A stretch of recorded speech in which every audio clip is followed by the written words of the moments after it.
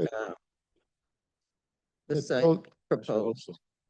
it will do a lot for us, actually. We need the parking space because we're a very busy store. We're very known in the area. We offer, I mean, our product are, we're very well known. I mean, you could search us and you'll find us everywhere. You know, we have high rating, you know, customer satisfaction. So, yeah. And that parking lot is like, you know, very necessary for our business. Yeah. Explain how your business will not cause any adverse impact on the other businesses or residents around you. As far as the resident, we have no issue. We're part of the community, and as far as we know, there is nothing's gonna really affect. I mean, we're already there. We're already established. The space always been there. You know, we have demolished those houses long time ago, and to be honest with you, we've been using that parking lot, but we just want to make it, you know, legal. You know, yeah. Thank you. Okay. Next two questions, Member Campbell. Well, if there are any adverse impacts or any impacts to the community, how will you deal with those? We will be willing to address any issue. And what is special about your site that is different from other sites around you? We specialize in Hispanic. So if you walk into the store, you see fresh tortillas, special cut meat, a lot of Hispanic product, and you know, besides the other product we offer. So we're very much for everybody in the community. You know. Yeah. And I'm going to do 7 and 8. So when you purchased the property, was it your plan to use it for parking? Exactly. Yeah. Okay. And number 8, are you going to use those lots for anything else other than parking or just parking? No, it's just for parking. You know. So no dumpsters, no Yeah, I storage, mean, no trucks. I'm nothing. willing to buy more parking. I'm gonna try to buy the guy from the other side, the commercial building, but he wouldn't sell it, so we had no choice but to deal with what we, you know. Okay. Yeah. And Member Bowman, 9 and 10, please. Okay, sure. How will your request benefit the other businesses in the area? And is there anything we could have done other than what we're doing that you're requesting today? I mean, the area there is very busy, very vibrant, the community. So there's enough for everybody, and we try to do our best to benefit our business and to offer the best to the community. Thank you. And was this, did you acquire the lots from private owners or from the land bank? Yeah, private owner, right? Okay, thank you. All I right. mean, some of the houses were in bad shape. So actually, when we took them, we just demolished them. And, you know, so it was, some of them were like an eyesore to the, you know, to the area. So when we took them, we demolished them and we cleaned the area. I know we need maybe a little bit of landscaping around there, so that would make it a little bit nicer. And we're willing to do that now, you know. Okay. Thank you. Okay. Any additional questions from the board? All right. If you want to go ahead and step back, we're going to go into public comment now. And if you could please pay attention, because if there's any public comment, you'll have an opportunity to speak about that when they get done. So we're going to open public, or I'm sorry, any communications, Director Brown? Okay, we're going to open public communications. Okay. We're going to open public comment in the auditorium specific to 2505 through 2215 Green and 7228 Whitaker.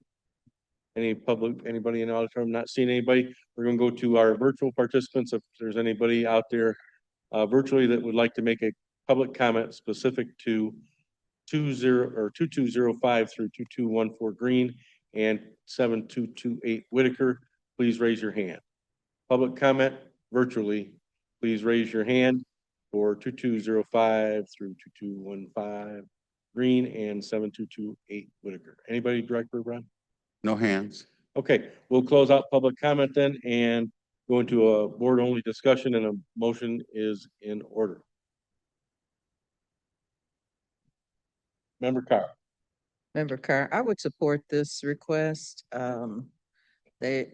The petitioner seems to have had a long-standing experience in the community and is really looking to accommodate the folks that come into their store by making more parking available.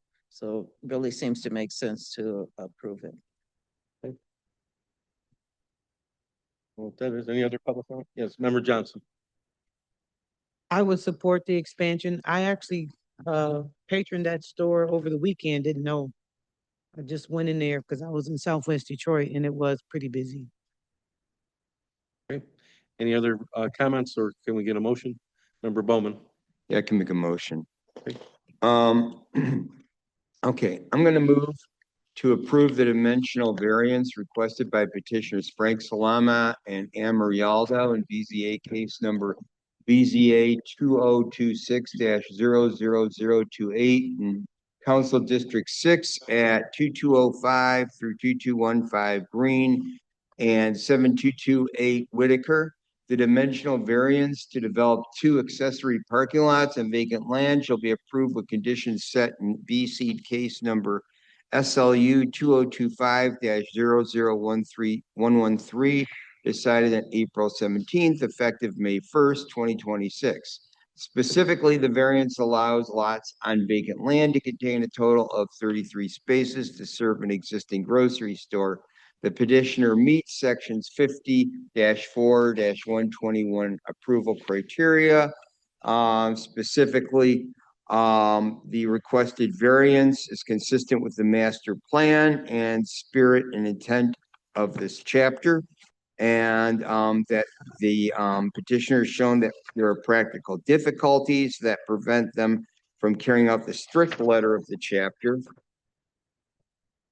And that the requested variance or administrative adjustment eliminates a practical difficulty for the applicant. That the requested variance or administrative adjustment has no significant adverse impact on the health, safety, or general welfare of surrounding property owners or of the general welfare of the public upon or on the natural environment. And that any potential adverse impacts resulting from the variance or administrative adjustment would be mitigated to the maximum extent practical. And while the requested variance or administrative adjustment required to compensate for some unusual aspect of the site proposed that and that is not shared by landowners in general, that being that you have lots extending from a business zoned region into a residential space. Furthermore, the proper, and also, sorry, I lost a place here. Also, the specials, there are special circumstances and conditions that account for the need for the variance. That the variance or administrative adjustment does not permit the establishment within a zoning district of any use which is prohibited within the district.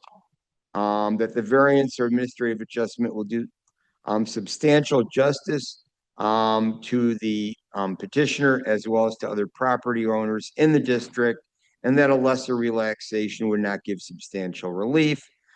This property was purchased from a private owner or owners, not from the city. Okay. Member Carr, Motion, second. can you get a second? Did I hear a second? I'm sorry. Yes, Member Okay, Carr, second by- second. Member Carr. All those in favor? Aye. Aye. Any opposed? Motion carries. BZA case 2026-00028. Frank Salama requesting dimensional variances to develop 2 accessory parking lots on vacant land has been granted. Thank you, Mr. Chairman. Okay, thank you.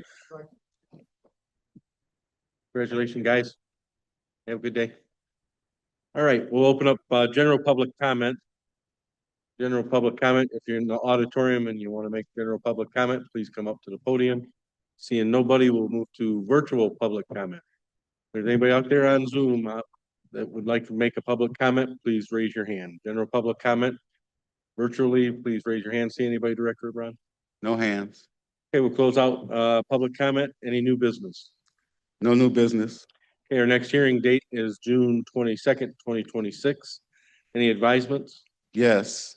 Once again, next week is June 22nd. That will be the continued hearing of the rules and procedures. You now have the recording and the book from January 26th, which covered all of that.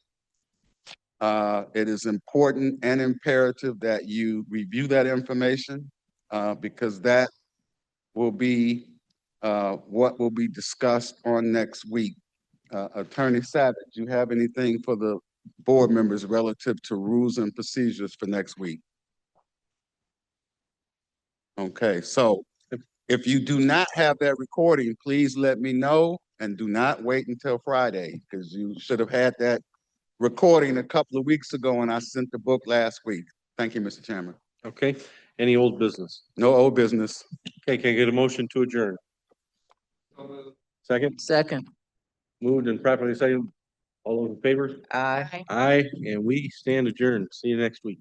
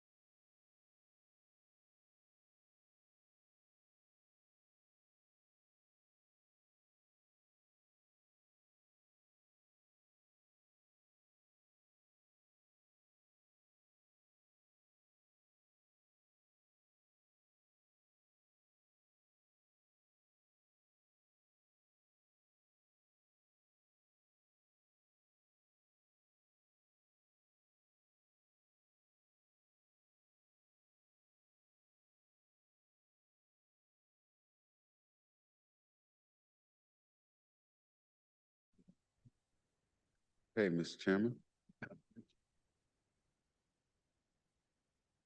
Good morning.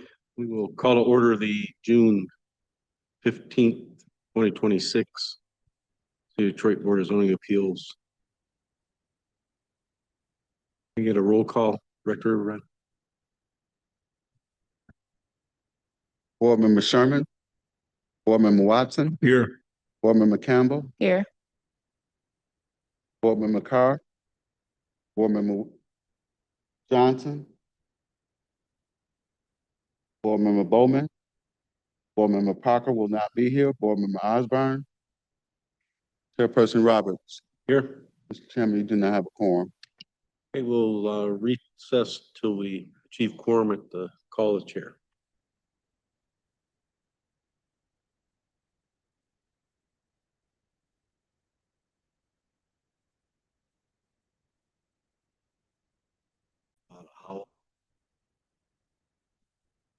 Okay, we'll call back to order the meeting. Can we get a roll call, Director Brown?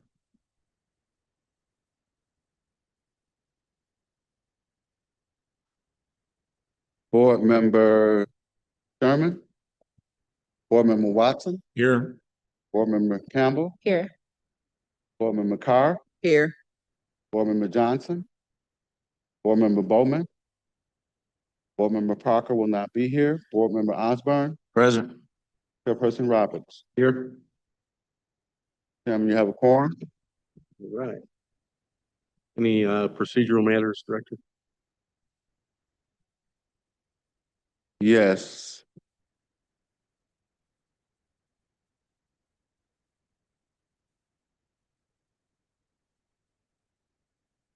You should have received on Friday, June 12th, the BZA board book for January 26th for your review. That booklet contained all of the information relevant to the upcoming decision on the rules and procedures and the BZA training. At the end of the meeting, I'm going to ask if you all have any specific things you want addressed at the training to let me know at that time. If you did not receive the book please let me know. Second, the Atlas Towers case that we heard on 6 Mile, which was a community appeal, was reversed and overturned by the court. They gave the decision to the petitioner. We are in our training going to have some conversation around how we handle community appeals.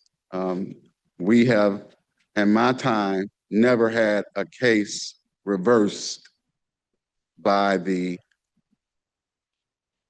circuit court.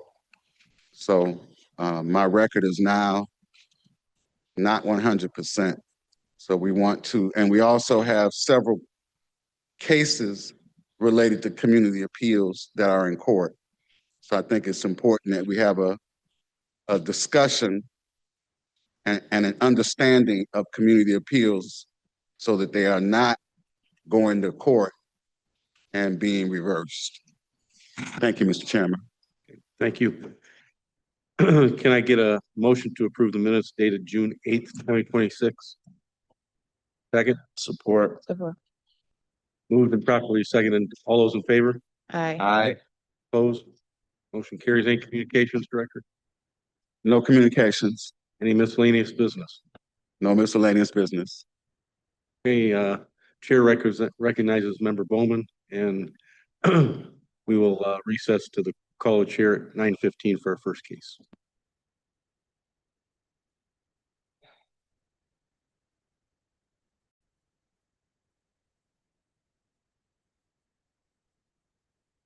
Mr. Rip Brown, may we have on the closed caption, please?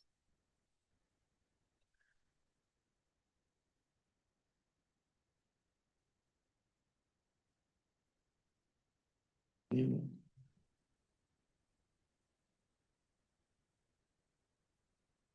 ready, Director? Okay, Mr. Chairman. Okay, you could, Director Brown, if you could please call our first case.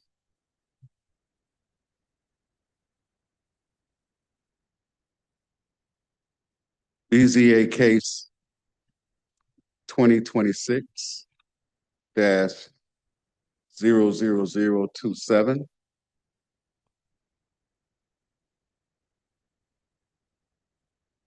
City Council District number 5. The BZA petitioner is Julius Cousins III. The location is 1636 Lawrence between Rosa Parks and Woodrow Wilson. And an SD1 Special Development District, small scale mixed use. Julius Cousins III requests dimensional variances to intensify an existing urban farm by adding animal husbandry and beekeeping, approved with conditions in BC case number SLU 2025-00027. Decision date, March 15th, 2026. The effective date, April 30th, 2026. The subject site is within an SD1 zone, special development district, small scale mixed use. We will now hear from Inspector Purefoy. Thank you, Director. Good morning, board members. We are hearing this case today because the board shall be authorized to hear dimensional variance requests for matters that are beyond the scope of the building department's 10% administrative adjustments for a variance of minimum setbacks. The variances needed for this case are deficient parking and excessive front yard setback. Here in this case under section 54-131, 1 and 6 permitted dimensional variances, and 54-121 the approval criteria. Here in the case under the legal description attached, our attorney will assess ownership. The building department's grant effective April 30th, 2026 states that the BC held a public hearing reconsidering the requested use on March 11th, 2026, following notice published in the Detroit Legal News on February 24th, 2026. In addition, the City of Detroit personnel appearing on behalf of BC and City Planning and Development Department. The applicant was in attendance There are two applicants, Mr. Cousins and Ms. King, and their architect.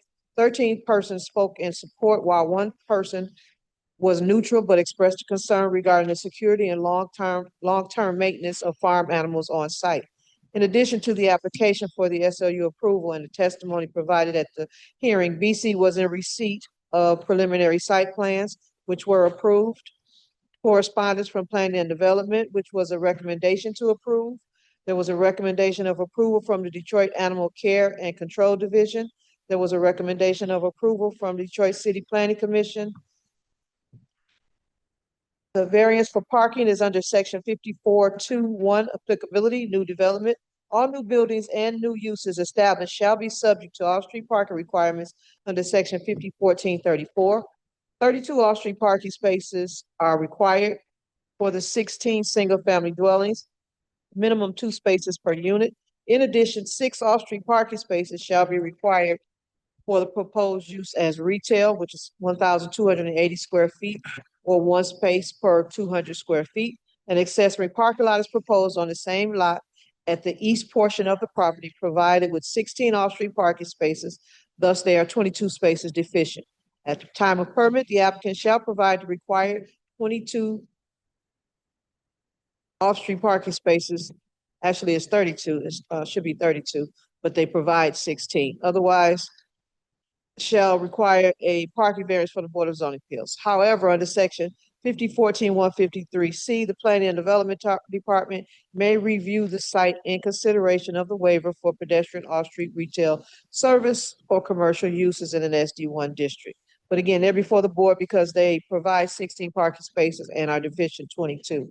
The other variance is regarding setbacks. Although there is no minimum front setback requirement in the SD1 district, under section 51.12.45B, a maximum front setback is restricted to 20 feet allowable. The current front setback proposed is 150 feet, which exceeds the 20 feet maximum for 6 detached single-family dwelling structures on concrete pillars along with 1 retail structure. Under section 50.11.245.1, as proposed, 150-foot setback exceeds the maximum 20-foot setback requirement in SD1 district. They need a variance from the BZA. So they're 130 feet excessive on the front yard setback. And those are the variances needed for the case for the request of adding the beekeeping and husbandry of the animals. Again, it was approved by BC, but it's before the board for those 2 variances.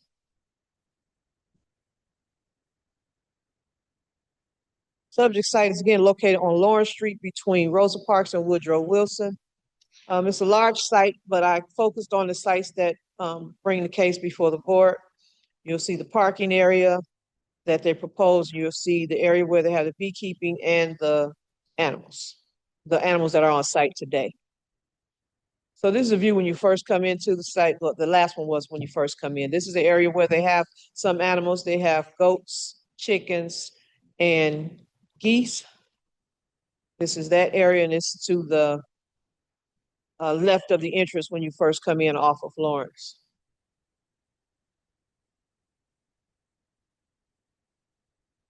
Parking, when I show you, it'll be off of Woodrow Wilson and Lawrence.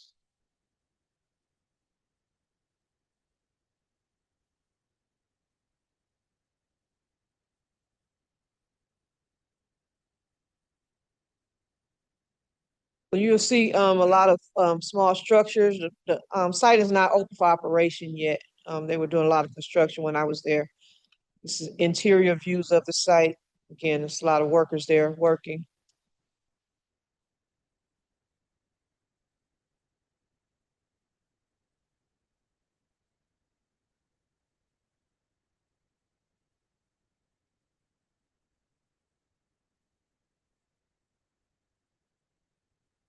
This is a view I'm leading to the parking area. Again, when you come in off of Lawrence, you go to the right, there's a path that they started for the parking.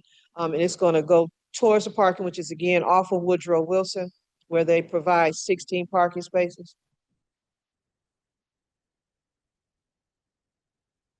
This is the area where they will have a designated parking area, parking lot. There's still 22 spaces deficient, but they provide 16 spaces.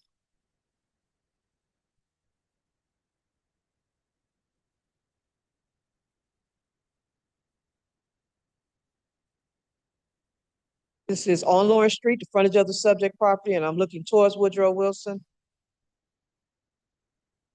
This is looking towards Rosa Parks.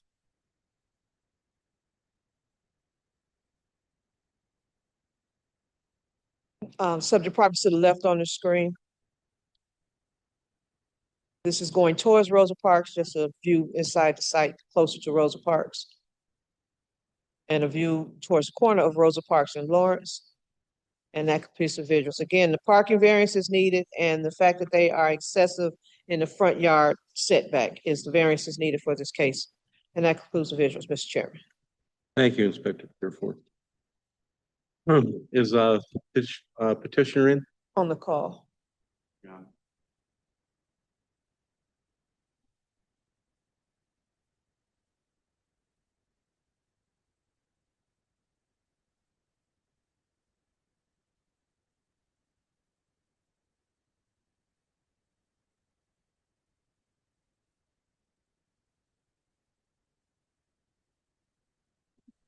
Okay, Mr. Chairman, he is on the screen. Good morning, Mr. Julius. Morning. My wife is also in here under Craig. Can we promote her as well?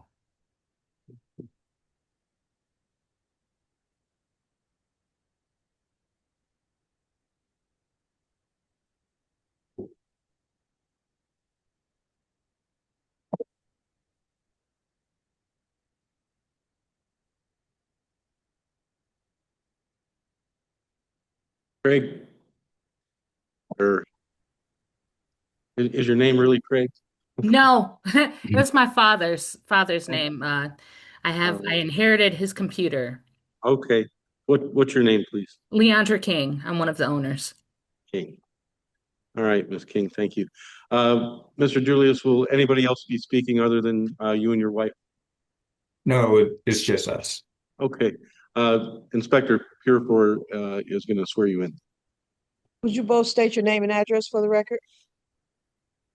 Julia's cousin, 1636 Lawrence Street, Detroit, Michigan, 48206.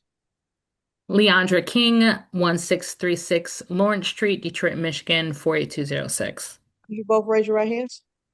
You affirm your testimony before the board today is the truth? Yes. Thank you. Okay. Mr. Julius, the first thing that we have to do is make sure that you have the ability to make decisions on this property. So Attorney Savage from the Law Department is going to verify that. Okay. Thank you, Mr. Chair. Good morning. Erica Savage on behalf of the Law Department. These questions are designed to assess your standing. Any party who petitions the Board of Zoning Appeals must possess sufficient standing, which means you're either the property owner or authorized by the owner to appear on their behalf. The Law Department did a search of the public records for the property at 1636 Lawrence and obtained a warranty deed recorded on March 23rd, March 22nd at Liber 57490, page 275, and it reflects the owner as Detroit Farm Insider LLC. So could you state for the record how you're affiliated with Detroit Farm Insider LLC? I am the co-owner. My wife owns the remainder. So 50-50 split. Okay, and you are both here today, and you've already placed on the record that no one else will be speaking on your behalf during this process? Yep. Yes. Okay, Mr. Chair, based on the statements placed on the record, I'm satisfied with standing to proceed.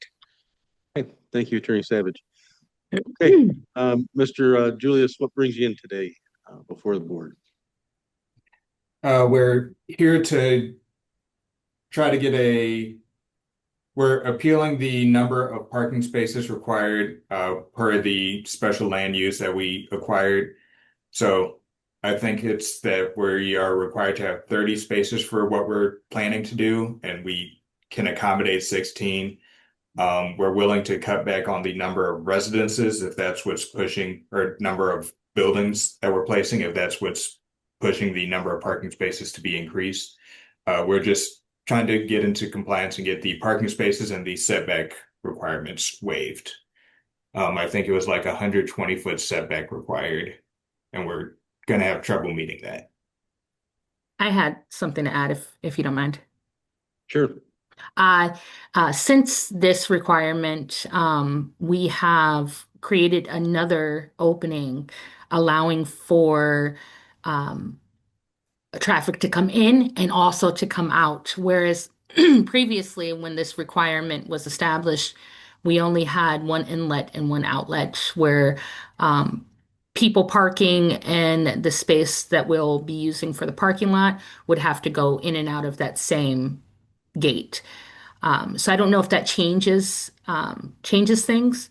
And then we also did a traffic report that was submitted to BZA that showed the traffic counts on the street over a time span of 24 hours, as well as the spaces allotted for traffic. We are currently the entire right-hand side of the street, north facing, and we're effectively a city block. So and then there are 5 houses on the other side of the street.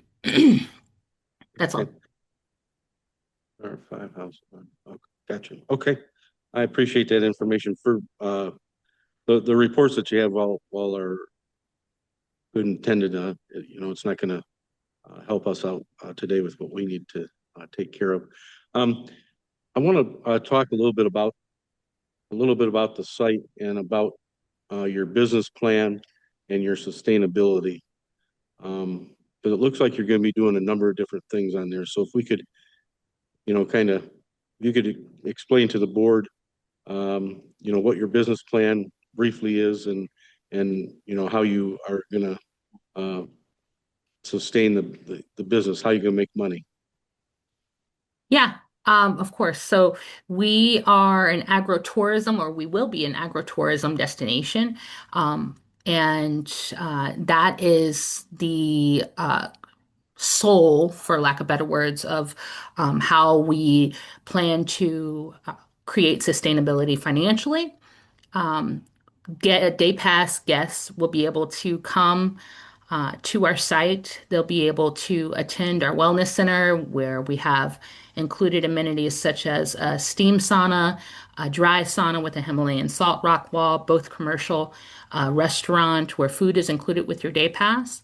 And during the interim of your day staying at Detroit Farm and Cider, you'll be able to attend workshops. One activity is included with your day pass, so you could choose from horseback riding, goat yoga, an apiary workshop where you can learn about beekeeping, or a permaculture workshop where you can learn about food sustainability. And so the idea is to kind of create a bridge between agriculture, or urban agriculture rather, and the nuances associated with urban agriculture by integrating some wellness features and some fun activities. I hope I explained that well enough. Yeah, I think you did. Do you envision doing any large parties like weddings or No, anything no like that on events. the front? Very, very strict, no events. We Okay, have this first year at least, we're capping our capacity at 40 for 2 reasons. One, because we don't know what the future brings and we're just trying to take it slow. And two, I think that'll enable our staff of 12 people to really focus and hone in on providing a higher end hospitality at an affordable rate, targeting lower to middle class demographic. okay. Um, and you also have a bed and breakfast there, correct? No, Okay, it says that in the in one of the documents that we have, it says that you have a bed and breakfast, and I see that you have living quarters, correct? yeah. So we currently live on site. We're no longer going with the bed and breakfast model, just to kind of keep things simpler. We're only allowing day pass guests. Okay, so you're going to live on the property. We have been living on the property, yes. Okay, and you do have a commercial kitchen? Yes, Okay, and a restaurant attached to that. And then next to that is our spa. okay, gotcha. Okay, all right. Any other questions from the board at this point? Member Carr? Member Carr, good morning. Um, I was wondering, aside from the day passes that you've talked about in the description of agritourism, will you be selling any of the animals that you raise or the honey that um, it comes from the beekeeping? Can you talk about that a little bit? No. So I have never and I don't ever plan to sell food. My goal has always been to grow food to give it away for free to my community. So through our grocery store at that corner of Woodrow Wilson and Rosa, we will be providing over 1,700 families every month that qualify through SNAP or EBT benefits with free food. That's wonderful. That is Um, wonderful. And I guess my other question is, I noticed from the information that we received, there was one, you have support for your request, but there was one neutral and one concern raised from a neighbor. Has any of the other neighbors mentioned any concerns about what you're planning? Food is the key to everything, even changing hearts and minds. So we have since then had those people come over and fed them, and I don't think there are any more concerns. Yeah, I would like to add the one concern that came up was because they thought we were doing long-term stays in our rental units. So they were just concerned about people like making a effectively apartment complex, and they didn't want that. Yeah, once they garnered an understanding of what we're actually doing, they were okay. Or that one individual. The units or the structures that are currently on site, we were previously going to do bed and breakfast, but have since decided that that would be too overwhelming and stressful. And we have played with some ideas of one of them is going to be a supervised child space for guests who bring their children and want to attend the wellness center. They'll be able to enjoy 2 hours supervised child care. One of them is going to be an apothecary where you can come and get some herbs grown on the land. And then one is going to be a cafe. How long have you been here? 10 years. Thank you. Um, in your name, it says, cider. So I'm curious what the cider part is and whether that's going to be regular cider or hard cider. Oh Um, man, give me a liquor license and I'll give you some hard cider. okay. Um, but no, regular cider for now. Like I said, slow and steady wins the race. We have 103 fruit trees, fully mature. Um, we've been priming for 10 years, so our goal is to really wow everybody when we open. So we will in the fall be including cider themed activities and cider mill themed activities and cider on our menu, but that is all included with your day pass. So we're uh, we're a cider mill with a twist. Okay. Member Bowman? Yeah, I'm just curious if this location would be if you'd expect to be using it for field trips from like local schools. Yeah. Um, we will right now our max capacity is 40. So we're sticking to that with a very simple and straightforward day pass booking model where you can go on our website. Our website currently is under construction, but you will be able to go on our website, book your day pass, and go from there. For as far as the free activities that we provide, we have what we call our conservatory youth program or our conservatory academy, where we have currently 12 spots for youth free of charge to low income families. And that's our youth program on site. So, moving forward, maybe next year we'll explore allowing larger groups onto the space. But just for efficiency, liability, and just to ensure our success, we're trying to keep it small. Member Osborne. Good morning, this is Member Osborne. Oh, were you done? Oh, yeah, one more. Sorry. Oh, Yeah, Member Osborne. okay. Good morning, this is Member Osborne. The 40-person capacity, does that include your 12 staff?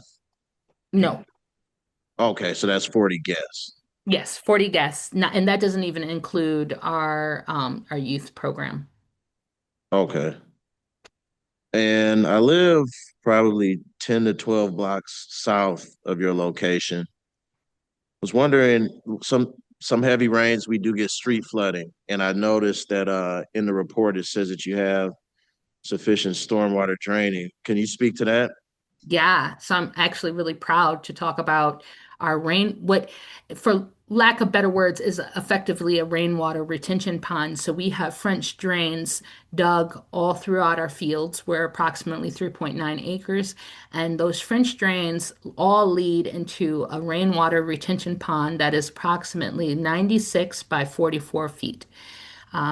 Its technical name is wetland filtered pond, because we created a natural wetland, or at least imitated the infrastructure of a natural wetland in order to naturally filtrate the water.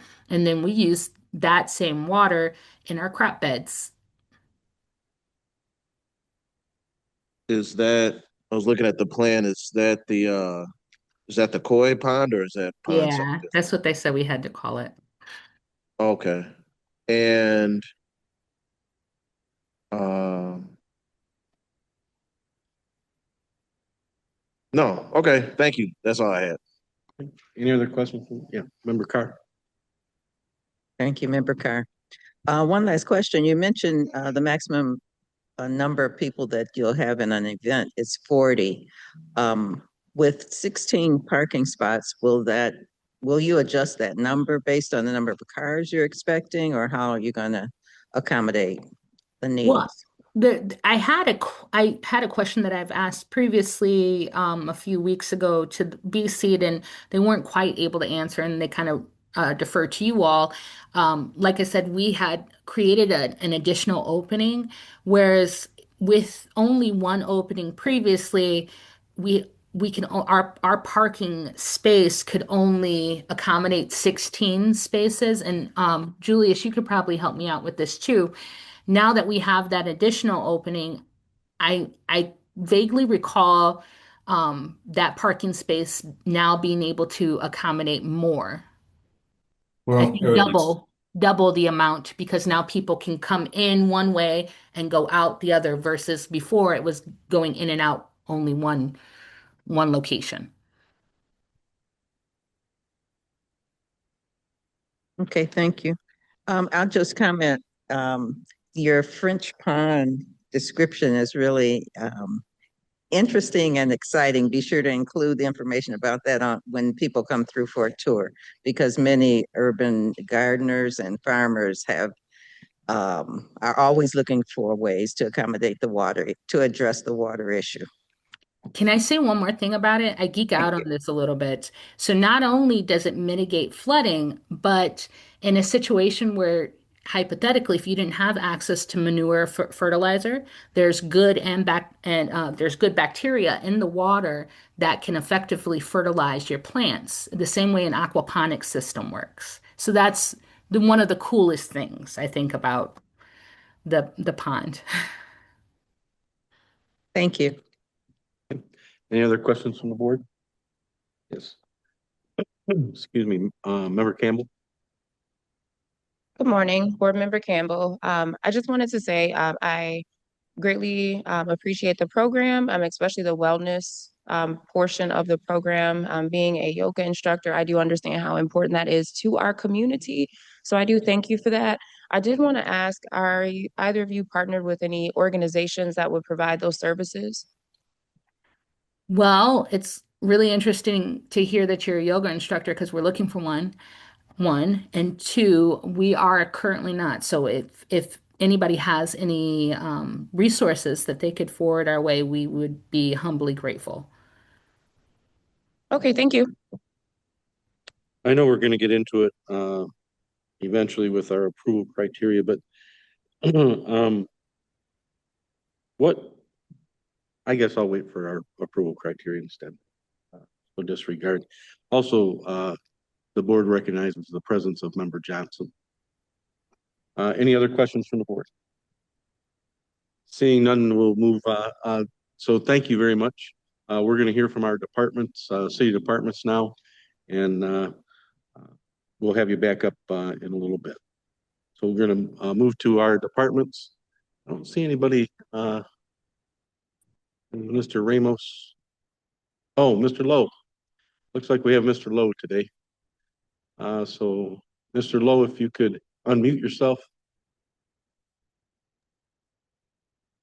And if you could provide that. Good morning. Can you hear me, President Roberts? Yes. Good morning, President Roberts, the Honorable Board, staff members, and the general public. This is Inspector Edward Lowe from BZA zoning. I don't really have too much to add. Just again, we did approve both in site plan and part of our decision. I did want to note that we did receive approval as part of review criteria as required from animal control and plan development. And there were a number of conditions that were included as part of our decision. But again, as these deficiencies exceed our 10% administrative adjustment, that's why we defer to your honorable body. But again, we did approve these as part of the site plan and as part of our decision. Okay, thank you. And I'm not sure that we need a report. No PNDD. PNDD. I will say, because it'll help the petitioner maybe with the approval criteria, that we do have a communication from BC that says that the Detroit Farm and Cider, that they do meet the master plan for the Detroit Farm and Cider ordinance. Okay, so hearing from our departments, if we can have the petitioners back up and unmuted, we're going to move into our approval criteria. And to the board, if you have any questions as you're going along, please feel free to ask those as well. And we will start with number 1 and 2 with. Mr. Chairman, you all have copies of the questions in your hand now. Correct. Yep. And so if we could do number 1 and 2, Member Bowman. Hello. Okay, so first of all, is the requested variance or administrative adjustment consistent with the master plan and the spirit, purpose, and intent of the chapter? Because according to the SPR report, the master plan indicates your land is in compliance. Do you agree with that decision? Why or why not? Yes. And why? Because babe, go ahead. You answer that one. Thank you. Yes. So the adjustment that we're asking for is to reduce the number of parking spaces required and to adjust the zoning setback. Neither of these really affect the purpose of what our master plan is. It just reduces the number of spaces that would be required in order to accomplish our goals. So I don't see it moving away from like required purpose significantly. He's so smart. I'm sorry, was there more? Okay, thank you. Okay, next question was, what are the practical difficulties that prevent you from carrying out the strict letter of this chapter? So when we originally were doing this site, there's another site just on the other side of Woodrow that we were attempting to acquire to actually meet the number of parking spaces required. When we reached out to the land bank to try to get that property, we found out that the price they were asking for was substantial. And paying for that land on top of actually building the lot on top of it just became unreasonable. $75,000 is what they wanted. 500. Okay, thank you.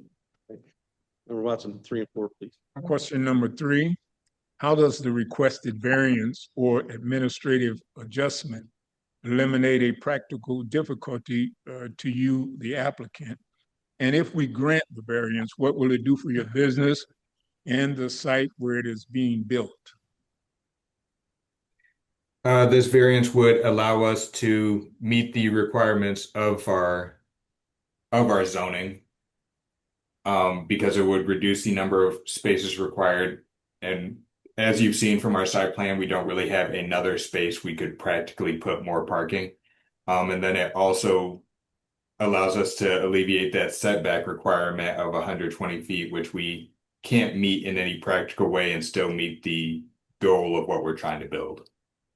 Next, question 4. Please explain how the business will not cause any adverse impact on the other businesses around you.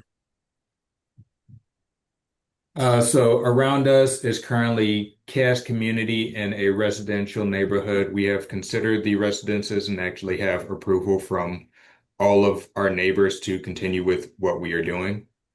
So we shouldn't adversely affect our neighbors. In fact, we should actually be improving the conditions of our neighborhood, considering we're going to be donating food. And Cass Community Social Services has provided us with a letter of support on 2 separate occasions. Member Osborne, 5 and 6, please. Good morning, Member Osborne. If there are any negative impacts on the surrounding business and residential community, how will you deal with them? We'll feed them. Well, the first step is to figure out what the impact is and then try to negotiate and find a way to mitigate. All right. I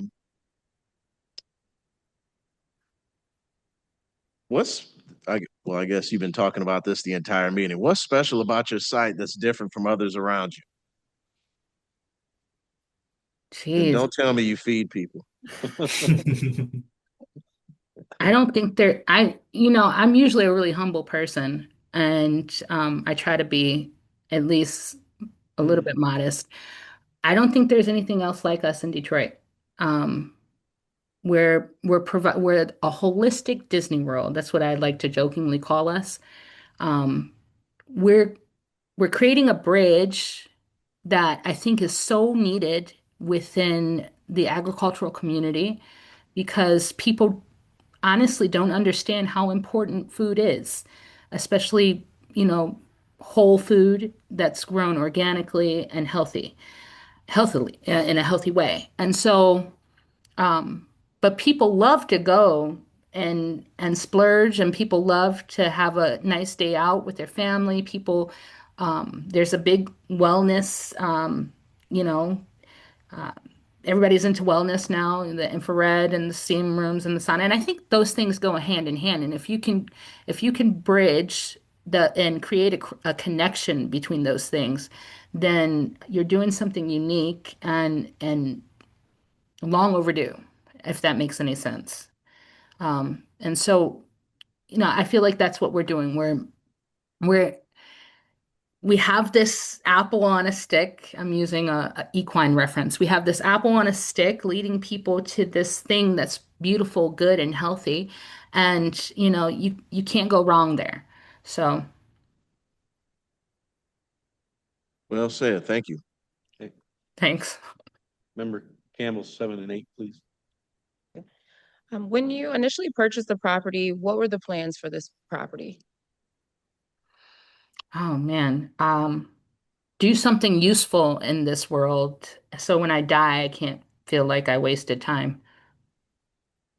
So I don't, that was like the very first idea in my head is like, this is a good space to impact the world or my community at least. And then from there, we were going to be a cider mill. And but always the youth program has always been the meat and potatoes of what we're doing, impacting youth in a way that can change the world. Because it's not us changing the world, it's the kids. And if we don't take care of them and we don't teach them and show them and empathy and kindness and love, then I don't know where we'll be. So that's always been the goal. And then the cider mill came up because, there isn't one in Detroit. And my mind is always, I have teenagers. So obviously my mind is always trying to figure out how to bribe people into doing the right thing. So, Okay, thank you. you're welcome. Will you be conducting any business other than what we have spoken on the record today? No. Okay, thank you. All right. Member Campbell, if you could do 9 and 10, please. Or Carr, sorry. Please explain how the variance or administrative adjustment will do substantial justice to you as well as to other property owners in the district, and how a lesser relaxation would not give substantial relief to you. That's In yours. other words, and also talk about how your request will benefit other businesses in the area. So I would say the variance would allow us to actually meet that parking requirement sooner without having to save up a bunch of money in order to create a whole new parking lot. And us being able to open sooner, as my wife has explained, is a boon to our local community. What is your open date? Oh God. It was June 27th, but that's no longer our open day. Our Whenever we finish, at this point. So there's our permits through BZA have been put on hold because of the need for this variance. So our build project has also in turn been put on hold. Is there anything we could have done other than what you're requesting today?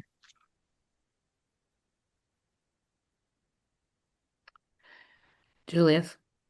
So the BZA hearing is the route that we determined would be our best path forward in order to actually meet the parking and the setback requirements per the letter of the law. We're trying to be as compliant as possible because my understanding is that's what's been holding us up before. So I'm here to assist with just moving us forward and trying to get there. Okay, and you all own this property, correct? Mm-hmm. Yes.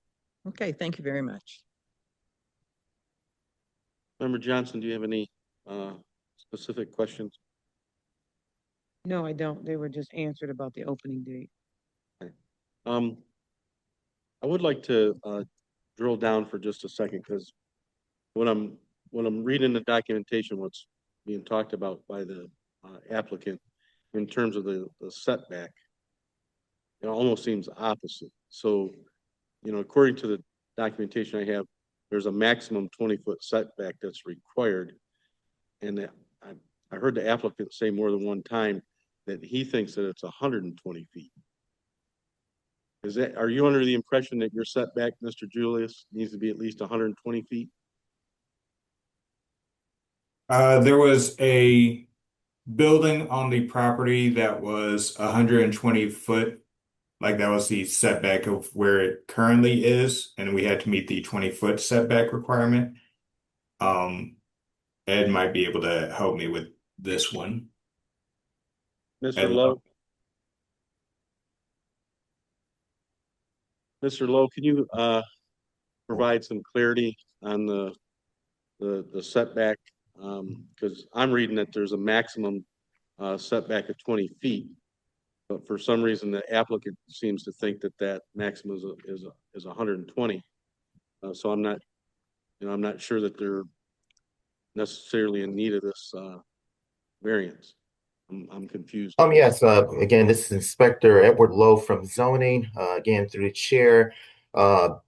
This is unique in a SD1 district. The minimum front setback is 20 feet. So the current structure, as Mr. Cousins indicated, is 120 feet. So again, since it exceeds the 20 feet, that's why we're here for that dimensional variance, because it cannot exceed 20 feet. So, If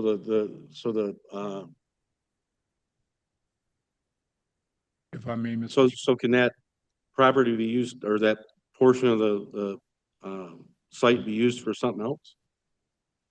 Again, through the chair, since the structure is, as Mr. Cousins indicated, is existing, I guess it would be a hardship for them to have to relocate the structure. So again, as part of, we indicated that they can keep it as, at least as is currently on the plan. However, they would need to get this dimensional variance through your honorable body. Okay, thank you. Member Watson? For clarity, the current setback exceeds the 20-foot maximum. Therefore, the petitioner needs a variance because the existing building is so far back. Yeah, I got you. So that's why the deficiency is there. And to the petitioner, so I'll be honest, I'm concerned about the parking. And the reason I'm concerned is because you've got a lot of different activities that you have planned today, but I can tell your entrepreneurial vigor that I think that the property is going to be used for additional things in the future. And what this board has to do is we have to look at that. We have to look at today plus the future, because whatever ruling we come up with today stays with the property forever. And the parking deficiency, I have concerns. I have concerns about the parking. You've already been given a 10% reduction administratively, and you're asking for even more than that. And I love your project. I love what you're doing. I love everything about it. I just really have a concern with this parking. So I think it's going to be something that this board's going to have to discuss. And it does sound like, Ms. King, it does sound like you think that there's some additional parking that's going to be available now that you have these two entrances in and out. And I'd be real curious to find out how many additional spaces that might be. But me personally, I have an issue with the parking, but we'll get to that later on in our board discussion. Any additional questions for the petitioner? Member Bowman? Yeah, actually, I wanted to direct mine to I think it was Edward Lowe at BZA. I'm just a little perplexed because, and maybe it's just this is what you have in writing and there's not a clear answer, but this is the first time that I can think of where we had an issue of too much setback. Usually when we encounter a matter regarding setback, it's about having too small of a buffer really between the property boundary and whatever structure or fencing or whatever else was going up. And so I'm a little curious about why in this case there is a really a maximum setback as opposed to a minimum setback issue. Again, through the chair, again, Edward Lowe, zoning. Again, as I indicated, again, the SD1 district is unique, is that it does specify a minimum front setback. Again, however, we did support this request for administrative waiver because of the practical hardship it would posed to Mr. Cousins and Ms. King. Therefore, that's why we again indicated that they could petition to get the waiver as it is existing structure. I know again it is unique that usually you have it doesn't require any type of indication if you have if it exceeds the setback requirement, but in an SD1 district, it is 20 feet. And again, just for practical purposes, that's why we have no objections to this, the waiver is required. Mr. Chair. Thank you. I would also like to take a moment to speak to the parking. Look, go ahead. Yeah, so we do have parking on site, but I do want to highlight that we also own half the block.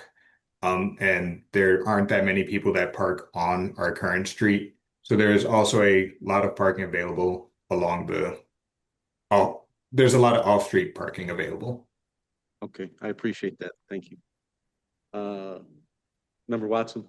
Just to revisit the setback question and try to clarify. So the petitioner has an existing building, and as it sits too far back because of the SD1 designation. It requires a maximum of 20. The hardship for these people would be to have to remove or remediate that condition. So they're just seeking a variance. That's why they're requesting a deficiency variance for the existing building as it sits to alleviate the cost as described by BZ. Gotcha. Thanks for clarifying again. I appreciate that. Any other questions from the board?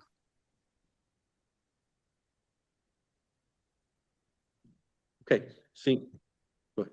I have Member Watson. Follow-up question concerning parking. The petitioner has stated, sir, you stated, Mr. Cousin, you stated that you were amenable to reducing the number of residents if that brought you into some kind of compliance with the parking. Do you have a number in mind, and where would that leave you as far as the parking situation, or have you looked at that? So we haven't actually dug too much into the number of housing per parking because I wasn't sure what the number of parking spaces was based on. As my wife mentioned earlier in this hearing, we are moving away from doing the overnight stays model anyways. So we don't need as many structures in order to accomplish what we're trying to build. Mr. Chair, in that case, can I go to Mr. Lowe? Yes. Mr. Lowe, in this situation, what would be the advantage of reducing some of these residents and bring them into a more viable situation for parking? Do you have any number offhand, sir? Again, through the chair, again, Edward Lowe, zoning. No, I don't have any offhand, but I would indicate that if any modification is made to the application as it is currently, the applicant, it would have to come back for a special land use hearing. So that's why I don't know if, and I see Ms. King shaking her head. I don't know if you want to do that. Right. Okay. It's been like 10 years. Yeah, so I would not recommend that, Yeah. to be quite Member honest. Osborne. Okay, I would sir, not thank you. recommend that. Thank you, sir. Thank you, Mr. Lowe. Well, Member Osborne. I will say this as far as parking is concerned, and I guess unofficially, we have 6 buildings we plan on, we have 5 buildings currently, and we only plan on getting 1 more for the grocery store, and that's it. And so previously we were approved for the 16. We're definitely not doing that. We have more than enough buildings now that we're not doing overnight guests. Okay. Thank you. But- Member Osborne. Member Osborne, I'm not sure if I heard or if you even spoke on it, but what are your hours of operation? Are you a 6-day, 7-day, 5-day, and what hours during the day are you operating? 5 days, 9 a.m. to 5 p.m. Thank you. Any other questions from the board? Okay, we are going to, for the petitioner, we're gonna hear, go into communications and also public comment. If you could, pay attention, because if there are any concerns from the public, you'll have an opportunity to come back and, speak to those. Any communications, Director Brown? No communications. All right, we'll open public comment. If you are in the auditorium and you'd like to make public comment specific to 1636 Lawrence, please step up to the podium. Public comment in the auditorium specific to 1636 Lawrence. I do not see anybody, so we'll switch over to our virtual participants. If you are a virtual participant and you want to make a public comment, it needs to be specific to 1636 Lawrence. Any public comment for on Zoom for 1636 Lawrence? Do you see anybody, Director Brown? No, Mr. Okay, Chairman. we will close out public comment then, go into a board member only discussion. A motion's always in order, and I will start out. So I drove around the site, and there's really not a lot going on. I shouldn't say there's not a lot going on up there. There's a lot of room for development and improvement. I had a sidebar with Member Osborne because he's a neighbor. This is his district. So my previous comments on the parking, I'm if the board sees fit, I'm willing to bend on my previous comment. So any other discussions? Member Bowman? Yeah, hi. I have a motion, but I can wait until other people get their comments in. Watson? Hmm? Member Watson, I think, had a comment. Oh, what? We're gonna wait for your motion. Okay, should I just wait that up and? Yeah. Oh, and I did. everybody's got a And also the board recognizes Member Sherman. I'm sorry, I didn't see you earlier. comment. Any comments from the board? Member Osborne? My comment was in the affirmative. In favor of it. And Okay. I did not speak. And Member Campbell, I'll come back to you. Sorry. Member Campbell? Board Member Campbell, just again, being a part of the wellness community in Detroit, I do see the necessity of programs like this. So I'm very excited to see a program starting or business starting like this. I do think that maybe this may grow larger than what the owners are anticipating, which is a good thing, but I am also in favor of the variance. Okay. Member Watson? I'm also in favor of this project. It is commendable. I often wonder what could be placed in all the vacant land we have in the city of Detroit. And I think these folks have come up with a beautiful solution to one of our problems of open land. And I wish them well. One of the things I will note about parking also is that with the business portion, they can get a waiver for the 6 retail parking requirements if everything comes to fruition. And in that case, I would be in favor of this proposal. Okay. Member Bowman, you wanted to make a motion? Sure, and I wanted to open up with a comment also that I got a good vision of how this could go, because I remember there used to be a school that I would participate in dual enrollment classes as a WCCCD professor over at, it was called the Ferguson Academy. And they had an urban farm there, and it seemed to be working quite well. Unfortunately, for other reasons, the school had to shut down. But yeah, I think this could be a beautiful asset to the city, and especially the beekeeping thing's interesting because there has been a lot of concern about the reduction in the bee population. So I'm gonna go ahead and make this then. I move to approve the dimensional variance requested by petitioner Julius Cousin III in BZA case number BZA 2026-00027 in Council District 5 at 1636 Lawrence. The dimensional variance to intensify an existing urban farm by adding animal husbandry shall be approved with conditions set in BC case number SLU 2025-00027 as decided on March 15th, 2026, effective April 30th. Specifically, the variance allows sufficient parking, 38 space required, 16 spaces provided, 22 spaces deficient with excessive front setback, which had a maximum 20-foot setback required, and 150 feet setback proposed. The petitioner meets section 50-4-131 permitted dimensional variance and 50-4-121 approval criteria. Shall I read through the approval criteria? Yeah, we have to have the Okay, each point. so I'll do that. The petitioner meets item 1, that the requested variance or administrative adjustment is consistent with the master plan and spirit and purpose and intent of this chapter. That there were practical difficulties that prevented the petitioner from carrying out the strict letter of the chapter. That the variance or administrative adjustment eliminated the practical difficulty for the applicant. That the requested variance or administrative adjustment had no significant adverse impact on the health, safety, or general welfare of surrounding property owners or the general public or the natural environment. That any adverse impacts resulting from the variance or administrative adjustment would be mitigated to the maximum extent practicable.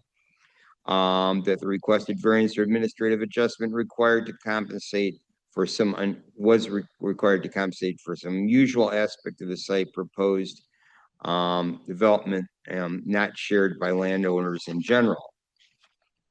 That the special circumstances and conditions that account for the need for the variance or the administrative adjustment did not result, it was not a result of the petitioner's actions.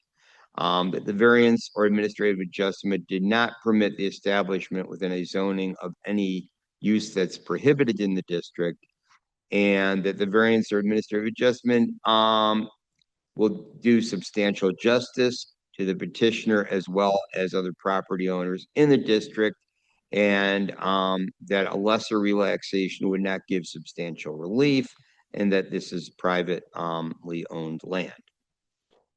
Second. Okay, so we have a motion and a second. All those in favor? Aye. Any opposed? Motion carries. Unanimous, Mr. Chairman. Yes. BZA case 2026-00027. Julius Cousin requesting dimensional variances to intensify an existing urban farm by adding animal husbandry and beekeeping has been granted. Thank you, Mr. Chairman. Thank you. Is our next case in? Or I hope so.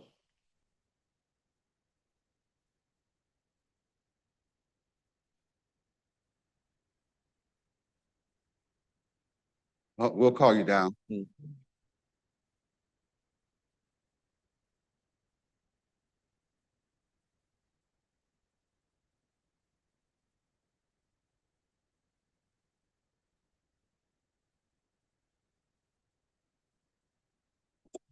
BZA case 2026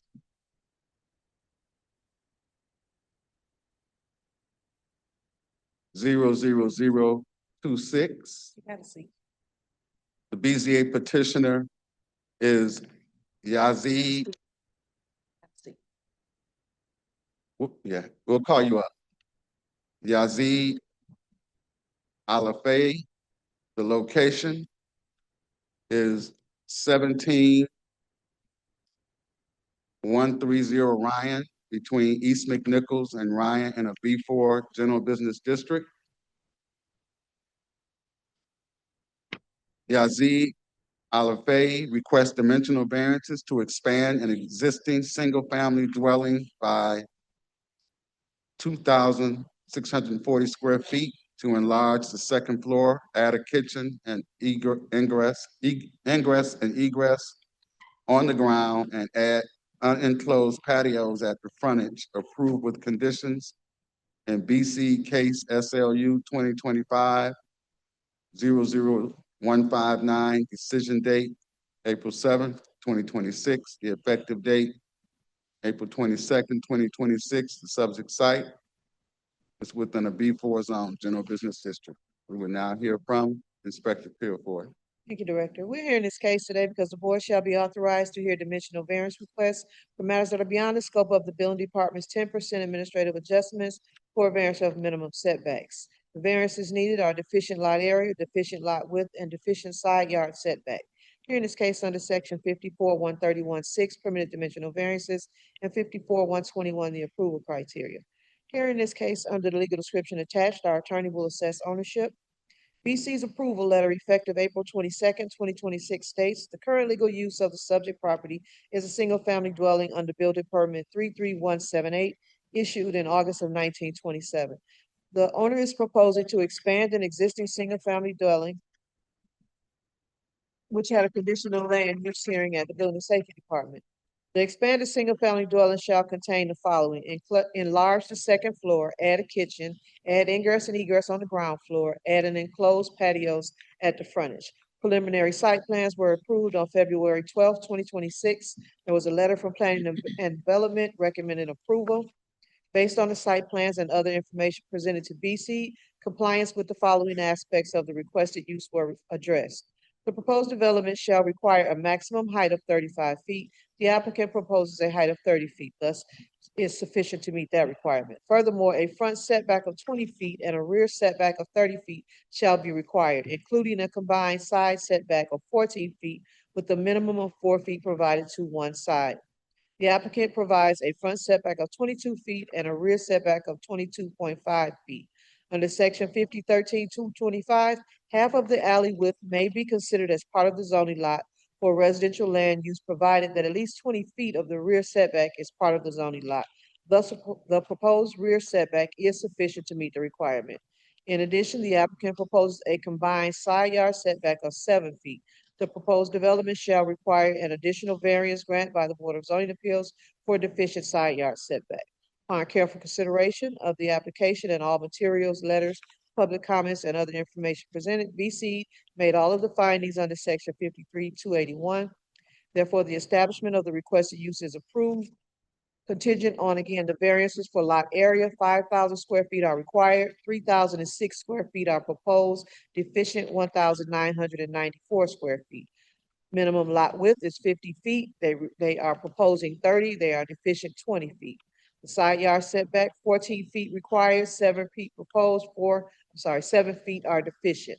Again, this is for an expansion of an existing single-family dwelling in a B4 district, and they need 3 variances. Subject site is on Ryan Road. This is a front view of the subject property in question. It is the building to the right on the screen. Front view of the subject property in question. A view looking down Ryan Road towards West McNichols. East McNichols, I'm sorry. This is the view again of the frontage of the subject property. Closer view of the building under construction.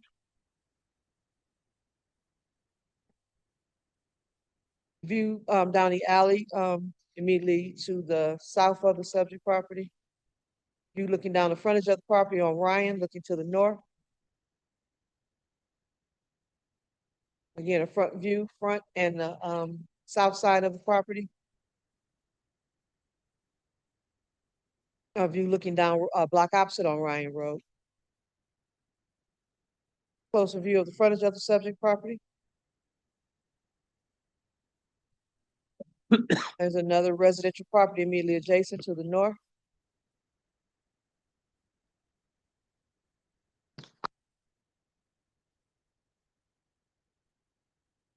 The view of the rear of the subject property.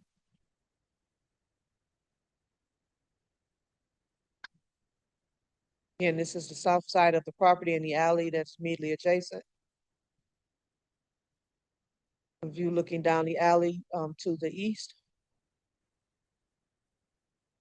Another review of the subject property? And that concludes the visuals. Again, there are 3 variances needed for the petition.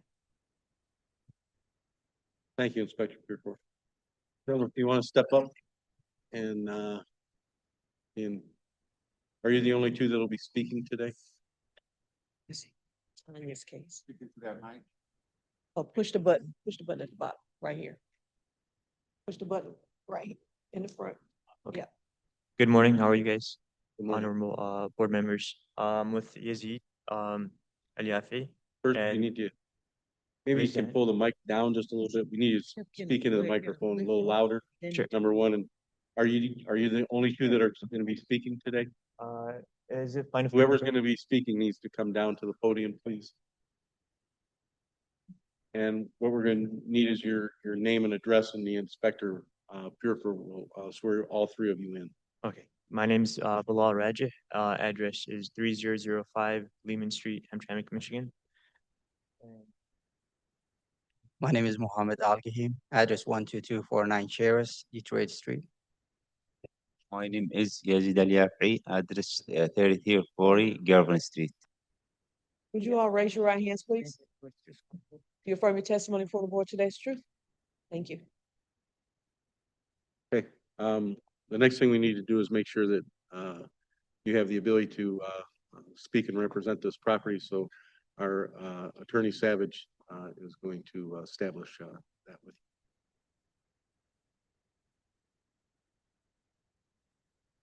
Thank you, Mr. Chair. Erica Savage, again, on behalf of the Law Department.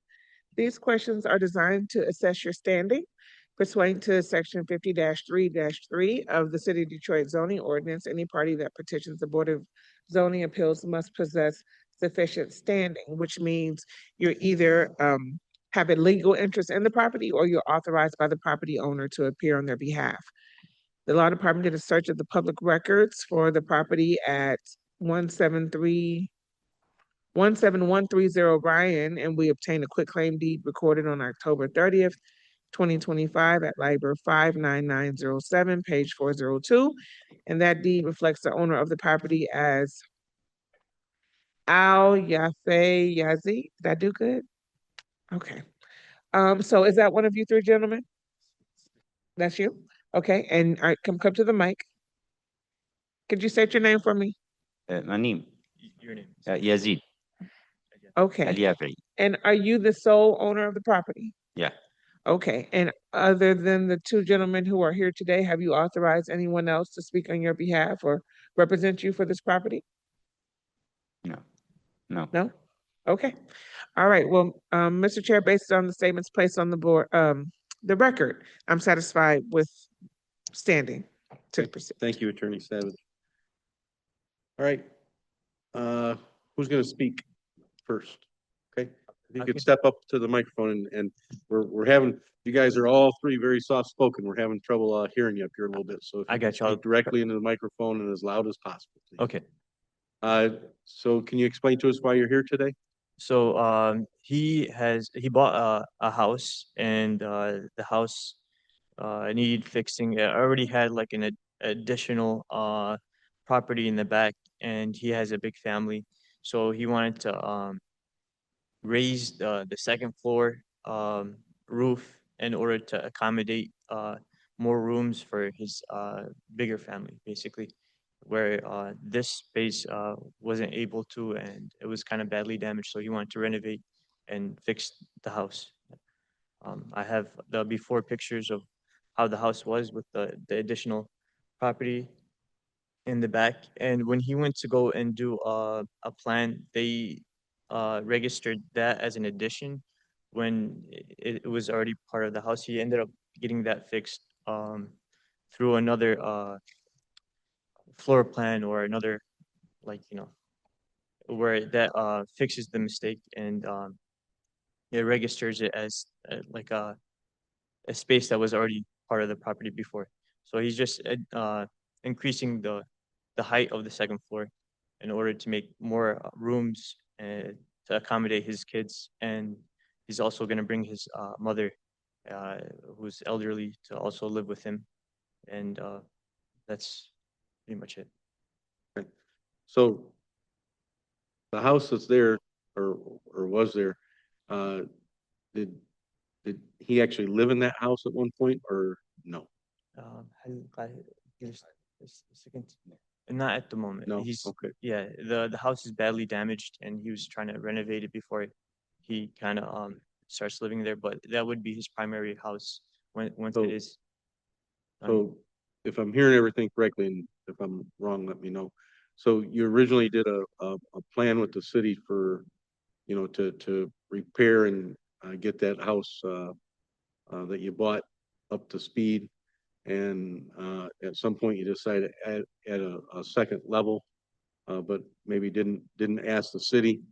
And now the city came out and said, hey, if you're gonna put on a second level, these other things need to happen. Is that basically what took place? So هو عملت كل شيء بالقانون so no انت عملت انتبهت تعمل الظروف الجاية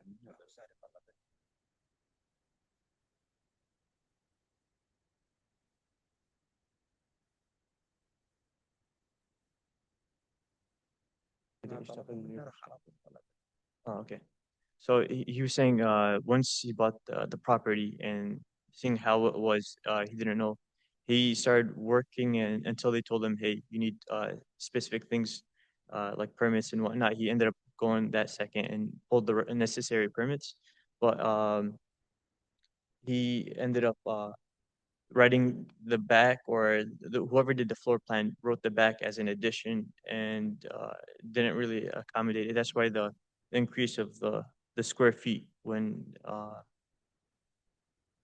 it shouldn't be as much from what I've talked with him and understood. So the footprint of the original structure is the same. It hasn't been Yeah. changed, it hasn't been increased or anything ما like that. زادش أي حاجة. So yeah, he didn't increase whether it's width or length. He just used it just to raise it up more. Gotcha. basically. Okay. Thank you very much. No problem. Any other questions from the board? Member Watson? I'd just like to restate what you just said. Mhm. He bought a land bank home. Mhm. He started repairing it. He decided to build upward. He built up without permitting. Now you find yourself in a position where you got to come before us to get a variance in order to come into compliance. Thank you. Okay. Any other questions from Member Carr? Thank you, Member Cook. Just for clarification, when you say you're building up, does that mean you're adding a floor above what's currently there? No, there's already a You're second just going floor. to have higher ceiling. Yeah, you're just hiring up the ceiling for the second floor. Thank you. No problem. Member Osborne? Were any permits pulled by you for the building of this house? I know you purchased through the land bank and there was some permitting there, but did you pull any permits? He ended up pulling all the necessary permits, but the increase of the big huge square feet change needed this variance to be approved in order to move forward. He's been trying to get this for the past I think year and a half from like the last year December, not this 2025, but he's been trying to get that working and he's just waiting on the approval in order to finish. But everything's code, everything's the right permits pulled, just waiting on that approval from what I've understood from him. And I see you have a construction company that provided the drawings, but are you self-performing the work or are you hiring contractors? ومعك شركة ليس له لا.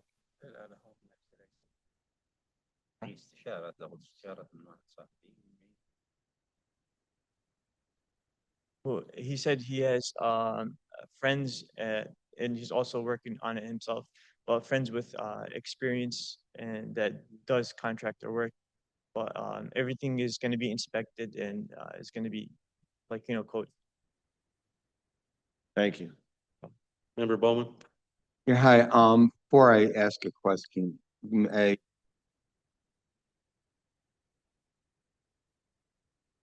Sure. Yes. mine's not on. Sorry. I was just saying, speak loudly into the mic because I couldn't hear most of what you were saying. Okay. My question is because Board Member Watson over here had made a statement. I just wanted a little clarification. When you were doing the construction that we see has already been done, did you realize that there were additional permits or processes required for what you were doing to be allowed, or did you do so and then find out somehow afterwards? Let me ask. So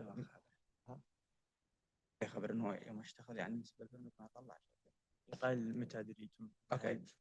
Uh, he bought the property from the land bank and they told him to start. He don't speak English, so he thought that he's okay to start working in it. He started working and then the inspection, he came and stopped him after he started working and he asked him to pull a permit. So he came to the city, I came with him, we pulled the permit. And then they said the zoning was changed from residential to commercial. And they had changed, we had to apply for zoning. So we apply for, and they prove it. And the only thing is that, like the setback. And they told us that we had to apply, it came to here. So we can, إيش يقول هذا إني بعدنا هذا to prove the to prove that setback that is okay. It's like, as I told them, like, we cannot take that property next to us as owned by the city of Detroit, and they don't want to sell it to us right now because we had to fix the house so we can own it. The land bank, they won't allow us, to release the deeds till we finish fixing it. And the neighbor right next to us, we cannot get to his property to, take from his. We had no choice, to get more space. And we don't add anything, like if you see in the photos, there is no addition that we added. It was there. The only thing we did is like to extend the ceiling. That's it. So you didn't know you needed the permit to build up, you just thought you needed it to build out. No. So when he started, the only thing with the permit thing is he started working on the house without doing the thing. When he applied for the permits, that's when he started building up, basically, if that makes sense. He was just doing the renovating of the house. I don't know if you've seen how badly damaged. He was just doing renovation from the inside. But when he did get the permits, that's when he did everything by code and did the plan with the second floor. Okay, thank you. Mr. Chair. Member Watson. So I understand exactly what happened. He pulled the permit after he bought the property. He started working on it. Then when he went up, that's when he found out he had to come before us. Yes. That was part of his permit. Yes, he just went to town building, right? And fixing. Yeah. Okay. And what it sounds like too is there was some confusion with the land bank because it sounds like the land bank told them that it was zoned residentially, but in fact it's zoned as a B4, and so I'm sure that the zoning changed, and that's also what's causing this need for these variances. So it's almost slightly disingenuous, I think, through the land bank. Member what's your name? Osborne. Osborne, thank you. When you well, I know this is one of the questions later, but was this always the intent was to build up and accommodate your mom and additional family? هو يوم اشتريت البيت كنت اشتري ناوي ترفع البيت من البداية؟ لا.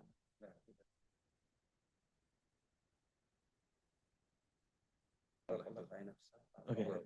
واحنا كلنا بعدين اتصلنا بواحد. Okay. So he said initially he was not planning to do the second floor extension when he bought the house. He was just fixing the first floor, and then when the inspector came, he told him to fix or to get everything with the permits and code. And then when he went to the code, they told him to fix the upper roof or the second floor.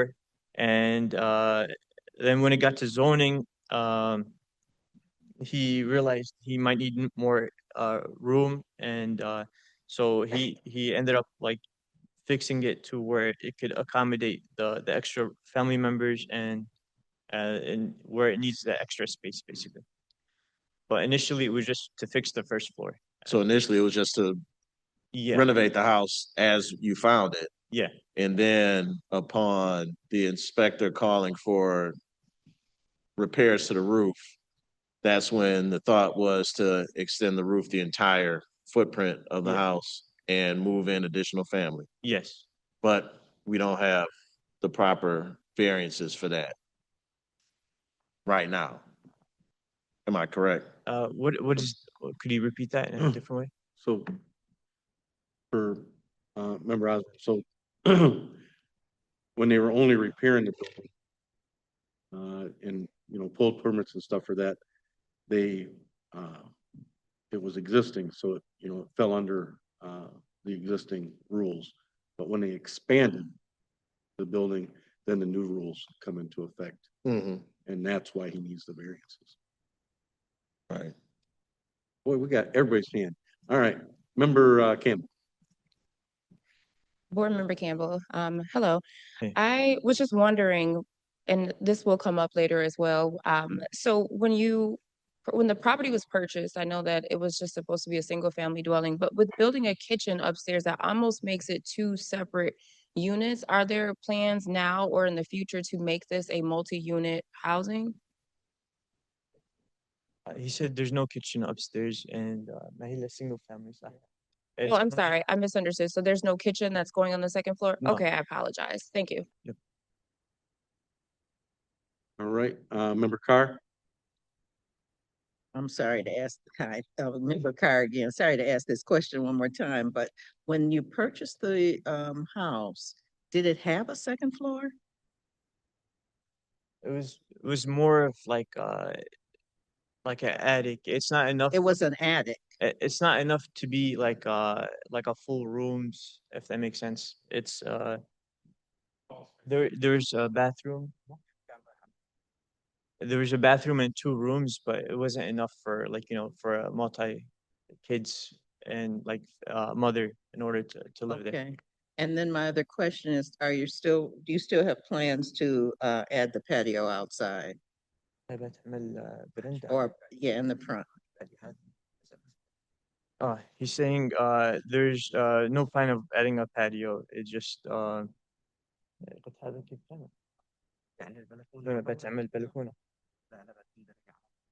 he's saying no, it's just gonna be stairs to the floor, just to go to the first floor. Just steps and. There's no patio. Okay, thank you. Any other questions from the board? Excuse me, Member Johnson. Thank you. I have a question because I'm looking at the original proposal and it says to enlarge the second floor and add a kitchen and egress on the ground floor. So I know you said you're not going to do the patio.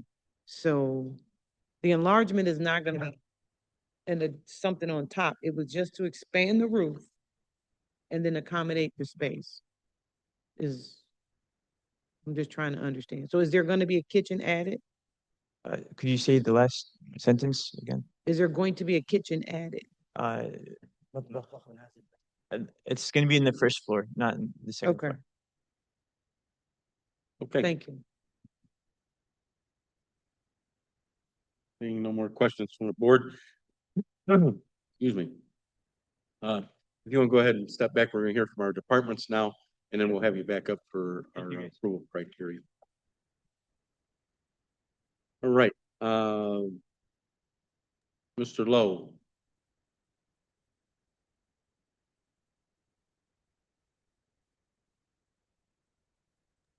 All right.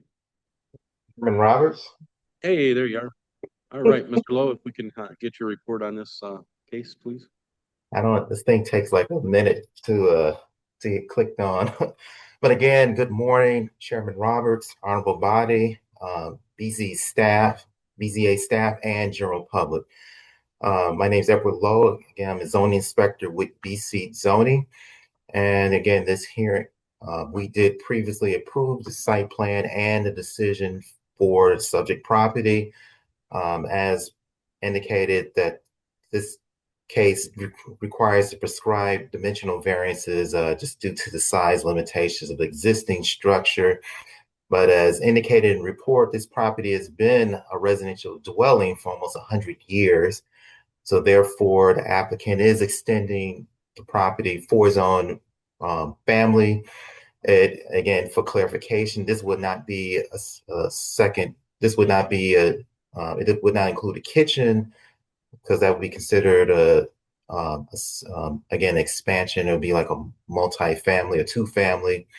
But again, it will remain a single-family dwelling.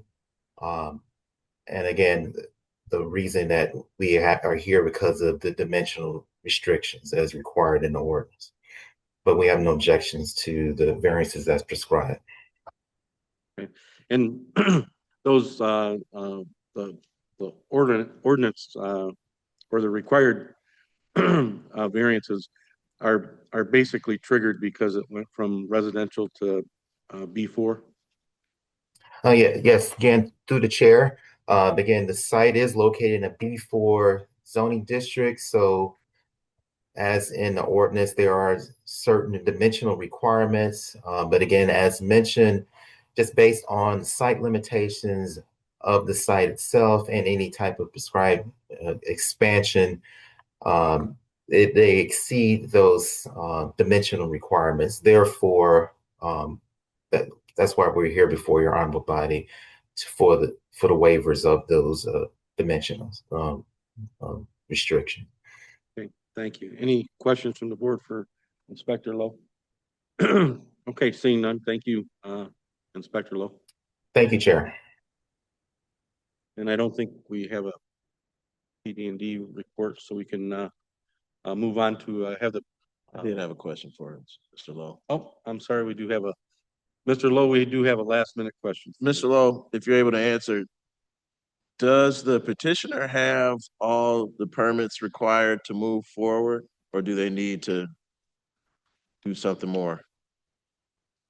Yes, again, through the chair, the the petitioner has applied for a permit, but however, they would need to obtain the necessary variances from your honorable body in order for BC, the plan review section, to be able to approve the site plan as presented, and then therefore they be able to secure their permits. But they do require this variance. Okay, I'm just hoping that there's no surprises as far as permitting going forward. Again, through the chair, no, sir. They do have a permit, however, and then they obtain our grant. But again, based on those prescribed dimensional variances, they would need to obtain the necessary waivers before your body, before our plan review section can be able to complete the actual permit as they're reviewing right now. Okay, thank you, Mr. Lowe. Thank you, sir. All right, thank you. If we could have the petitioners back up, please. We're gonna, who's gonna speak on the approval criteria? I could speak. You will? Okay. Again, if you can speak directly into the microphone, use your outdoor voice, indoor, and we'll start with numbers 1 and 2. Member Johnson. Good morning. Is the requested variance or administrative adjustment consistent with the master plan and the spirit, purpose, and intent of this chapter? Yes, it's still going to be a single family house, and it's going to be a bigger house and consistent with the other houses next to it. Thank you. What are the practical difficulties that prevent you from carrying out the strict letter of this chapter? The house is small and it's not going to be able to accommodate the whole family. Thank you. Excuse me. Member Carr, 3 and 4, please.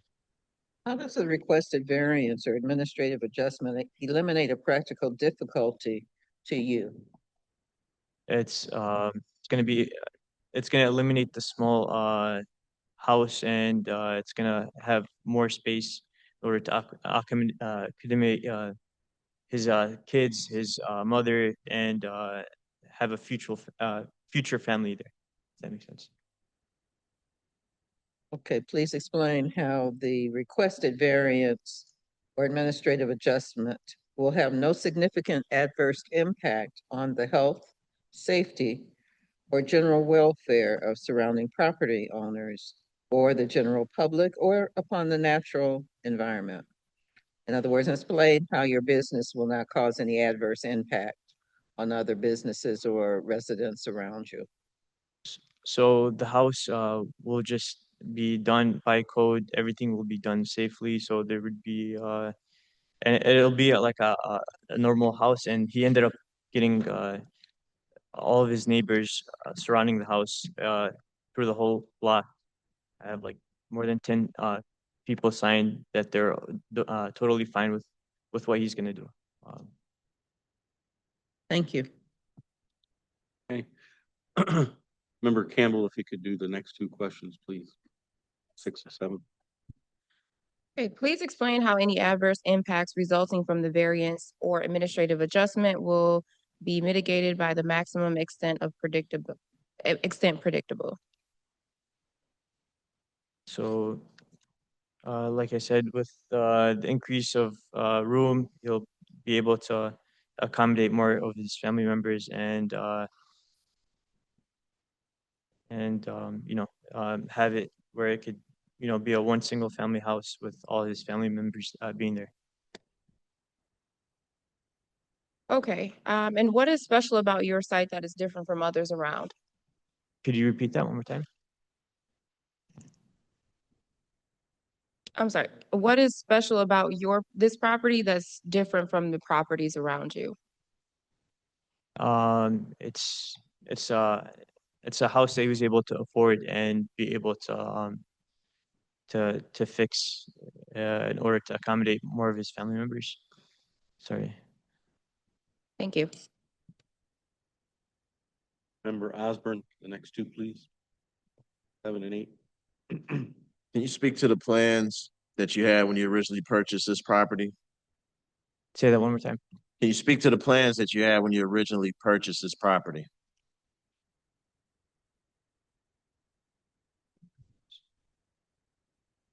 Sorry, I wasn't able to understand. Could you word it differently? Number 7, when you purchased the property, what were your plans? To fix it and just to live there. That was his intention.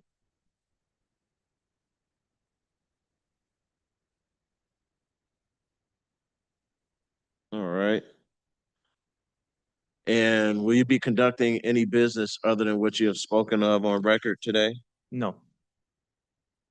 Thank you. Member Watson, 9 and 10, please. Will you explain how the how your request today will benefit you in bringing this home online? Yes. So he's going to be able to have more space for his kids, for his family, for his mother, and it'll be like a good house in a good area where he could, bring his kids to school and thrive, I would say. And this is land bank property, so this is city-owned land and property. And do you know, does this plan that you have agree with the purchase from the land bank? You're not doing anything against what's in the land bank contract? Yeah, yes. Okay, Only thank that. you, sir. Any additional questions from members Bowman or Sherman? No additional questions. Okay. Any additional questions from any of the board members? Okay. Gentlemen, if you want to go ahead and step back, we're going to do communications public comment right now. If there are any public comments, if you want to please pay attention. If there's any objections to what you're planning to do, you'll have an opportunity to come up and speak to that. Any communications, Director O'Brien? No communication. All right, we're going to open public comment specific to 17130 Ryan Road. If you're in the auditorium today and you want to make a public comment specific to 17130 Ryan, please come up to the podium.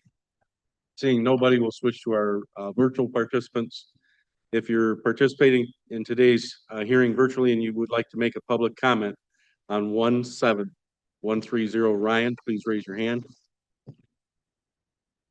If you would like to make a public comment specific to 17130 Ryan Road, please raise your hand.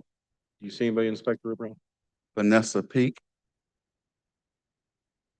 Vanessa Peak, if you could please unmute yourself. Vanessa Peak. Hello. Hello, Ms. Peak. If you could please state your name and address, Inspector Purefro will swear you in. You'll have 2 minutes. My name is Vanessa Peak. I'm a Detroit resident in the area, District 3. One of the things that I want to know is Hold that on, Ms. You haven't been sworn in yet. Yeah, Okay. you need to be sworn in by Inspector Purefro. Is your comment specific to 17130 Ryan Road? yes, I've been watching this particular property for some time Okay, because can you please Okay. wait to be Let's get sworn you in? sworn in. Do you affirm your testimony before the board today is the truth? yes, I do. Okay, go ahead, Ms. Peak. You have 2 minutes. Okay. One of the questions that we're asking as residents, we keep seeing a lot of what we see today in District 3. People are purchasing properties, and I can tell you this, I don't believe, I have to go back to my photos, but I don't believe that particular house was a 2-story house initially. It was a house. And so we're actually questioning, how is it that people are coming into our community and they're rehabbing houses to the extent that you see here in those photos, and there's no permits? I mean, and and we're documenting this. How is it that people just come here and we're allowing them to do this and understand that construction is a trade, plumbing is a trade, electrical is a trade, and carpentry is a trade. And to hear people talk about the fact, oh, I just utilized some friends to do this or that, is anyone concerned about us just allowing people in the name of I don't speak English to come into a community and do the level of rehab that they're doing without having getting the proper permits before starting this type of work? Thank you for your time. Okay, thank you. Is there anybody else, Director Brown? Okay, we will close out public comment. I don't know if the petitioner would like to make any rebuttal comments to Ms. Peak's view of how things are going over there in District 3 when it comes to land bank properties and what she sees as, I guess, somewhat of an abuse of what's taking place. So, doesn't look like you want to make a a rebuttal, which is fine. You don't have to. So we will go into board member only discussion, and a motion is always in order. I'd like to say that, I think that this is a situation where we've got a land bank property that was picked up by the petitioner. I know that it's been talked about that there's a language barrier, but I know plenty of people dealing with the land bank that speak perfect English and sometimes get confused. So I think this is a situation where the applicant was told that it is was a residential property, and in fact, it's actually zoned for B4. And because of so if it wasn't zone B4, it was residential, he'd be able to do what he's doing by right. But because it's B4, there's some different setbacks and whatnot that are required. Obviously, it's an existing, it's an existing building, and he's intensifying it by going upward. But I don't think that there's anything that he can really do except for what he's doing. So I personally would be in favor of granting this these variances. Any other comments, Member Watson? I agree with you, Mr. Chair. The petitioner bought a land bank property with the necessary permit to repair a 1-story ranch. And in his enthusiasm, he decided to build up. not knowing that, going up would require a different permitting and or zoning difference. And we find this happening often. And in this case, one thing that's in the petitioner's favor is that he did pull a permit. Many times people start working on a house and haven't pulled any permit, and then they come before us to okay what they've done already. And I just find that the petitioner in this instance finds himself in a peculiar situation where, because of the zoning, the B4 as opposed to the R1, R2, he finds himself now needing our zoning variance for the addition that or the improvement he's made to this land bank home. I also would be in favor of granting that petitioner variance. Any other discussions? Board members, Member Bowman? Yeah, I also support allowing this variance to be approved. As far as just the general effect on the area, you have a dilapidated structure was sitting on a lot that was not owned and therefore probably was poorly or perhaps not at all maintained. And again, you also had a structure that was an eyesore. And what I see already with the work done is we have it almost looks like a new building because of the exterior work done, even on the parts that are not built upward. There isn't anyone that immediately going to be thrown into shadows or something by this increase in height. I don't really see it as having any adverse effect on anybody. It's just a matter of meeting the letter of the law, and not everyone knows the exact letter of the law. There isn't a intuitive sense. I would expect people to, assume that renovating a structure that's already there to make it better, would not necessarily, be an immediate expectation that any additional permission would be necessary other than standard building permits, which it looks like they had already gotten into, and the building was already there. So I mean, we do have this ongoing issue of and this isn't specific to one particular applicant, but a lot of times we have people preferring to beg for forgiveness rather than ask for permission. But here it doesn't seem like that was really what was going on. And even so, the structure itself isn't really a problem. I heard, we did have one community member seem to be taking a bit of an issue with this, but I can't see how this isn't making the area better. As far as the B4 shift that it's gone from residential to business, usually that would be a problem more so if you had residents there and business suddenly opening up in their midst, rather than a residence opening up where businesses are likely to be. Future people wanting to buy the house might be a little put off by buying a house in the business area, but as far as this person already being there and already having effectively been grandfathered in as far as it being a residence previously, I guess the original structure being over 100 years old, I just don't see any problem with this. Thank you. Member Osborne? I'd like to make a motion. Case BZA 2026-00026, location being 17130.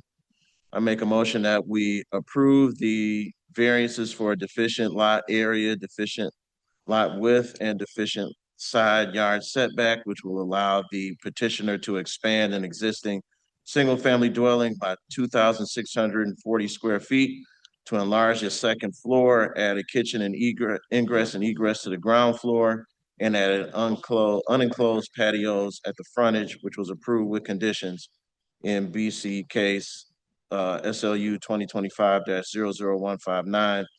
The petitioner has proven to this board that that their development is consistent with the master plan, that they have also explained the deficiencies that they would need, the deficiencies that bring on the request for these variances. If we grant the variance, they have explained that this will provide a home for their family.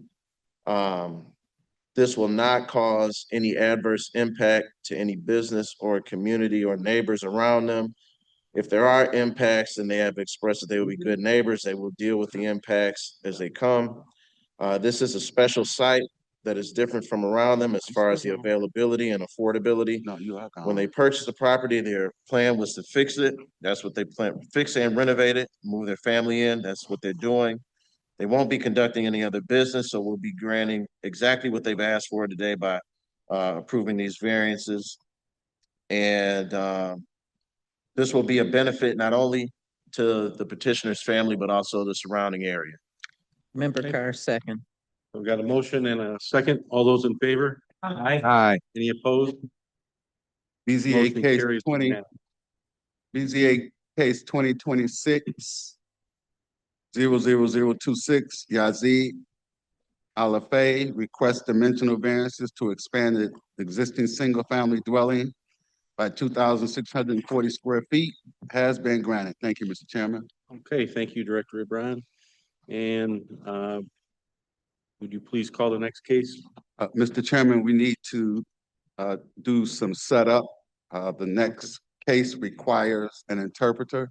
Okay. I'm asking Martha Turner to accept being promoted to panelist. Okay, so we need like a 10-minute recess? Just a minute, as soon as I get her, because I need to make sure that she's focused so that she can be seen. All right, ask to start video. Give me a second.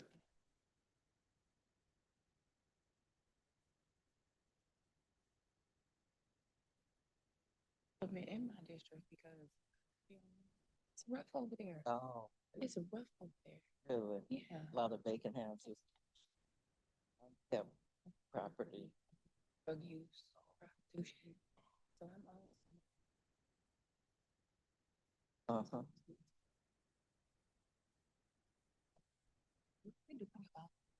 Okay, thank you. And I am now going to add you as a spotlight.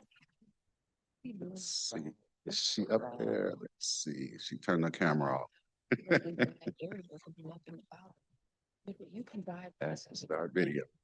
3 in the morning. Your jaw will be on the floor. Even 2 in the afternoon. See you, April. Yeah. Be addressed. Yeah. It's got to be addressed in the police station. What they're going to do meeting? She's done. It's between the 12 and what are y'all doing about this? They're just like, would you like to help? Absolutely. I would like to help. Can I help? Oh.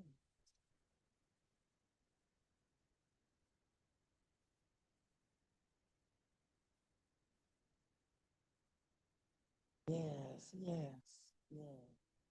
We having issues? Okay, there she's unmuted. Okay, could someone hear me? I mean, I just need to be heard by the people that need to hear Spanish. Can you start your video? Sure. All I'm right, Ria. thank you. All right, and now I'm going to add you as a spotlight. We don't know which one now. All right, can you all see her? I need to make that bigger. Oh, not yet. How's that? We'll call you up. Okay. We'll call you. Okay, thank you, Mr. Chairman. And I would like to introduce Martha Turner, who will be interpreting Spanish, and I'm going to keep the screen big so that she can be seen. And we actually made this technology work. How about that? Well, the bottom line is for the people that are gonna hear me. Just the only people that need to be hearing in Spanish. I don't need to be talking in Spanish to everybody, to the whole audience.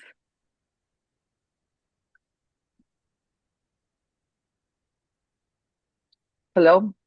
Do you hear We're me? finding that out right now. Hold on 1 second. Okay, thank you. Yeah, we do this every Tuesday with the city council meetings every Tuesday, so I guess there wouldn't be an issue.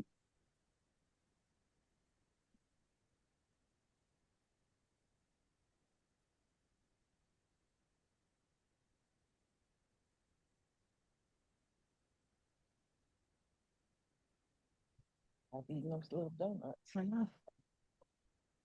I like when they bring fruit, but I don't have no self-control.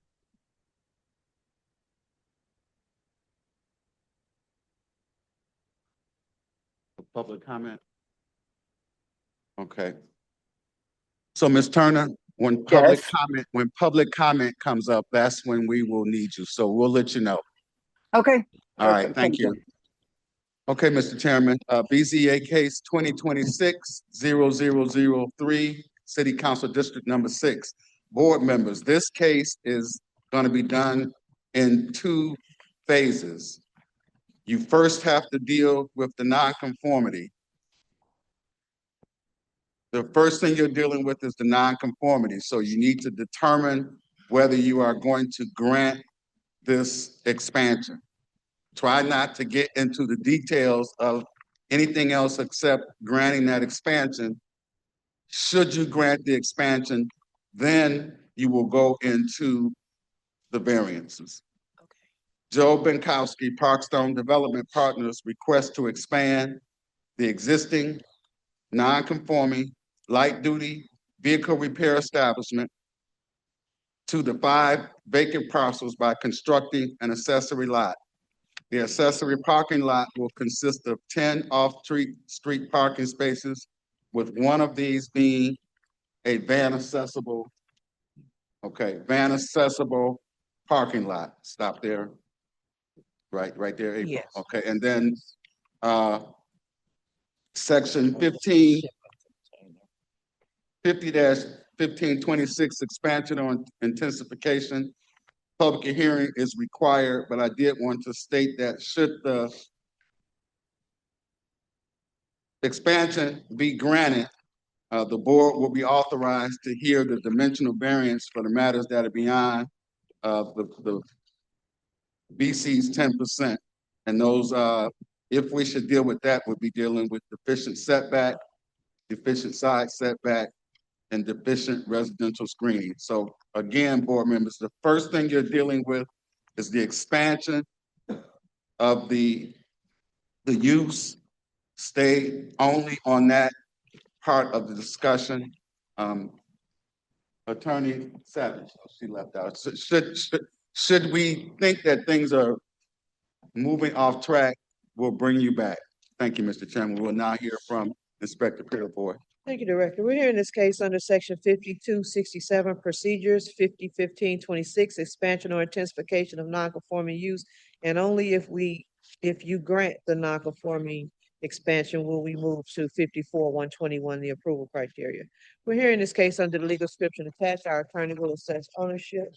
The BC site plan review letter dated May 12, 2026 states BC has completed the review of the site plan provided by way of project docs on April 16, 2026. The current legal non-conforming use of 7640 McGraw is a light-duty vehicle repair establishment under building permit 74015 issued in July of 1982 in conjunction with BZA cases 21582.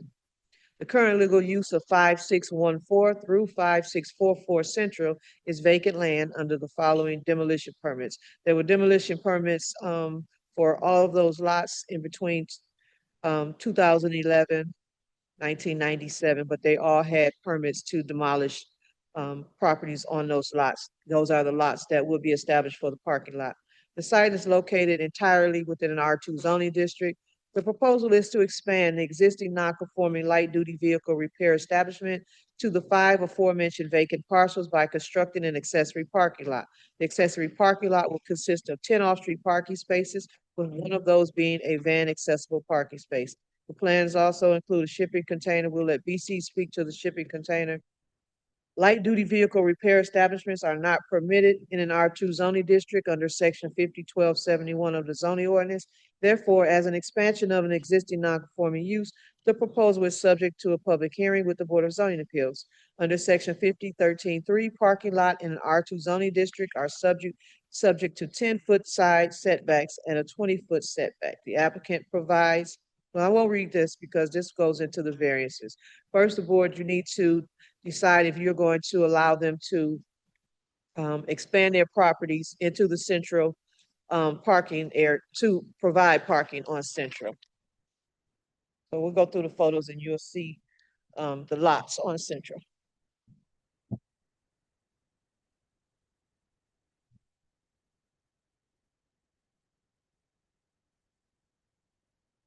This is a front view of the business. Again, it's located on the corner of McGraw and Central.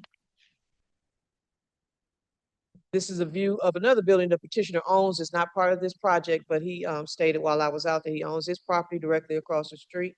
View looking down McGraw, looking to the south, far south end of the property, frontage of the property also. Another front view of the subject property.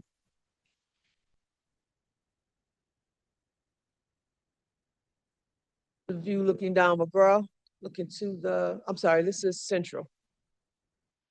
This is block opposite on Central, residential property. I'm sorry, this is the closest property on McGraw, a residential property immediately to the south.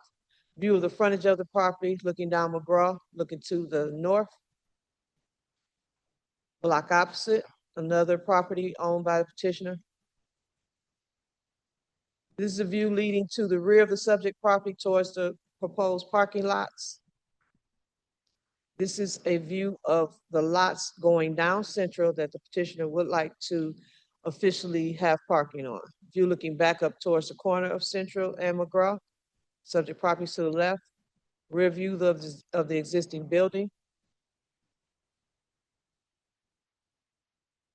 Block opposite.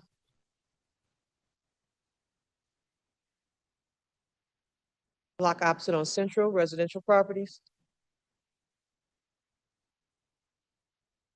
And these are the lots on Central that petitioner would like to provide a parking lot for. This is a view from across Central showing you the parking lot that they would like to establish or expand their business into.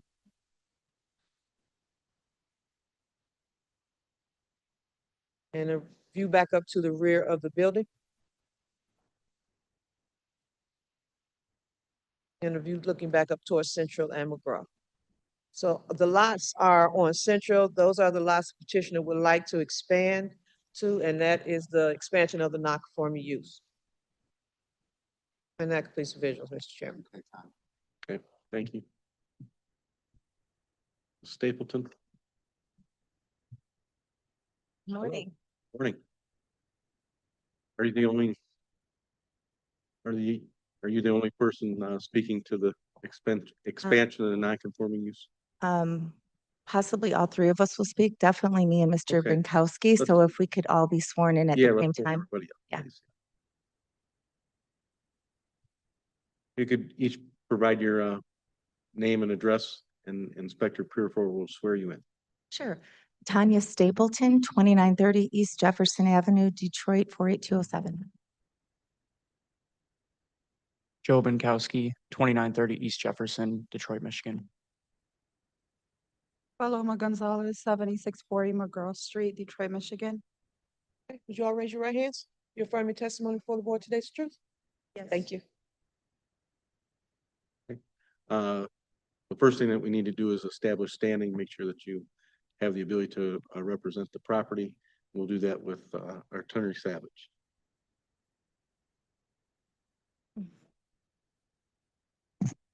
Good morning, Erica Savage on behalf of the Law Department. These questions are designed to assess your standing. Pursuant to section 50-3-3 of the City of Detroit zoning ordinance, any party who petitions the Board of Zoning Appeals must possess sufficient standing, which means you either have a legal interest in the property or you're authorized by the property owner to appear today on their behalf. Based on the Law Department search of the public records for 7640 McGraw, We obtained a warranty deed recorded on December 30th, 2019 at Library 55545, page 33, and it reflects two owners, Gilberto Morales and Paloma Gonzalez Lopez. Are any of those two here today? Yes, Ms. Paloma Lopez is here with us today, and she has retained Parkstone Development Partners to represent her. Okay. I'm sorry, Ms. Paloma's here today? Yes. Okay. And what about it says they're joint owners. So typically speaking, we need to know that the other owner has understanding and awareness of what's going on here today. Would you like her to speak to that? They're married. They're a married couple, but she can affirm that. Come on. Hello, yes, my husband has knowledge about this meeting and everything was explained to him previous to this meeting. Does he reside in the residence with you? Yes. Okay. Can you please speak in the microphone and just repeat that? And then maybe pull the microphone down a little bit, but speak. Yes, is this better? I have trouble hearing you up here. Okay, yes, my husband has knowledge about this meeting. He does resides with me and everything was explained to him previous to the meeting. Okay, well, and other than your representatives here today, is there anyone else who's authorized to represent you throughout your process with the BZA? Parkstone Development. Okay. Mr. Chair, based on the statements placed on the record, I'm satisfied with standing. Okay, thank you. All right, Ms. Stapleton, what brings you before the BZA this morning? Yes, thank you. As mentioned, I'm with Parkstone Development Partners. We have a longstanding relationship with the Southwest Detroit Business Association where we provide technical assistance to small businesses, of which Michigan Wheel and Tire was referred to us about a year ago for some compliance-related matters. The Michigan Wheel and Tire is a Detroit-based small business, minority-owned, women-owned enterprise with 3 locations in Southwest Detroit. So we are working with them on compliance and zoning on all of their locations. As mentioned, actually, Director Ribron, if I may ask through the chair, would you like me to split my comments as well between land use? Okay, we're going to speak just to the use. As mentioned, this is an the land use is auto repair. They do mainly do tires. This has been an auto repair facility for over 40 years. This business was originally approved in 1982, and it has been historically, McGraw was a commercial corridor. You might remember, certainly our chair from District 6 remembers several years ago, there was a mass downzoning in Southwest Detroit where many properties were changed to R2. So this is one of the properties. It was a great rezoning, but unfortunately some of the businesses were affected in a way that made them non-conforming. So this is a legal non-conforming use. I want to just state that this isn't necessarily an expansion. I mean, we're calling it a parking lot, but it's really for operational purposes. The business was never deficient in parking, but there's a number of requirements over the years that these type of businesses have had that affect their ability to function on their existing site. The largest one is the fact that when someone buys new tires, their old tires get recycled. The recycling company comes and picks them up when they have 100 tires. So if you can imagine, that's created a lot of land use conflicts across the city. BC doesn't like tires stored outside. Fire marshal doesn't like them stored inside. There's lots of challenges. If you had a chance when you were doing your prep work to look at the Google images of this site, you'll see 2 large semi-truck trailers that historically they had put tires in until they had enough for those pickups. This is pretty common across anybody who does tires across the city and state. They're not bringing them to the recycling place daily at close of business. So that's one thing I want to point out, that we needed to create a place to store them. We needed maneuvering space on site for these semi trucks, not only the ones that are coming to pick up the recycled tires, but the deliveries of new tires. And so this will definitely improve the conditions where we won't have trucks parking on McGraw or going down a residential street.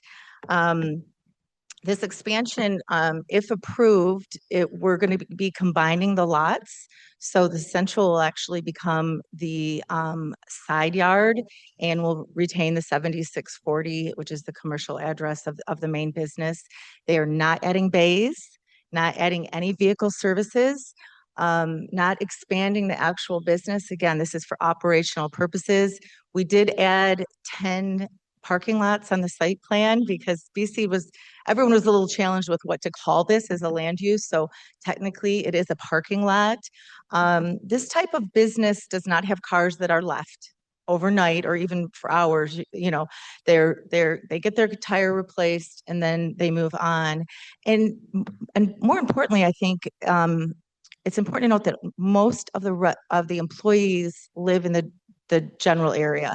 And I will address that more when we get into the screening part of the hearing, but we don't even have a need for employee parking at this location. So we are showing some parking and, but mainly loading. Oh, I forgot the dumpster enclosure. As you know, all properties are required to have dumpster with a masonry enclosure in the city of Detroit. When we first started working with them, they did have a violation from DPW for not having a commercial dumpster.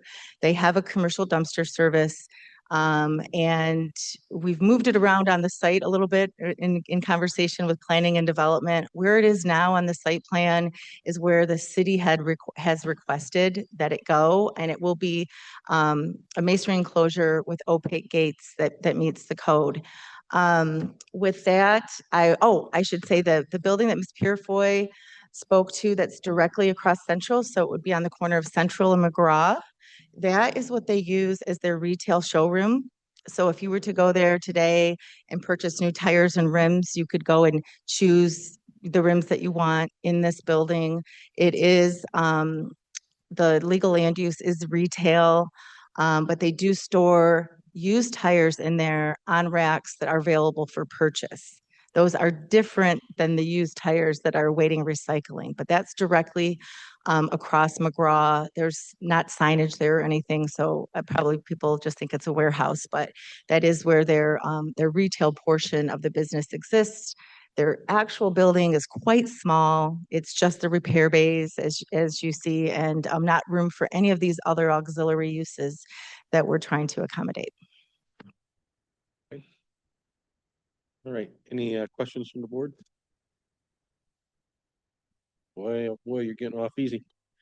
All right, if you want to go ahead and step back, there's no questions from the board, so we'll hear from our departments and then we'll have you back up to go through our approval criteria.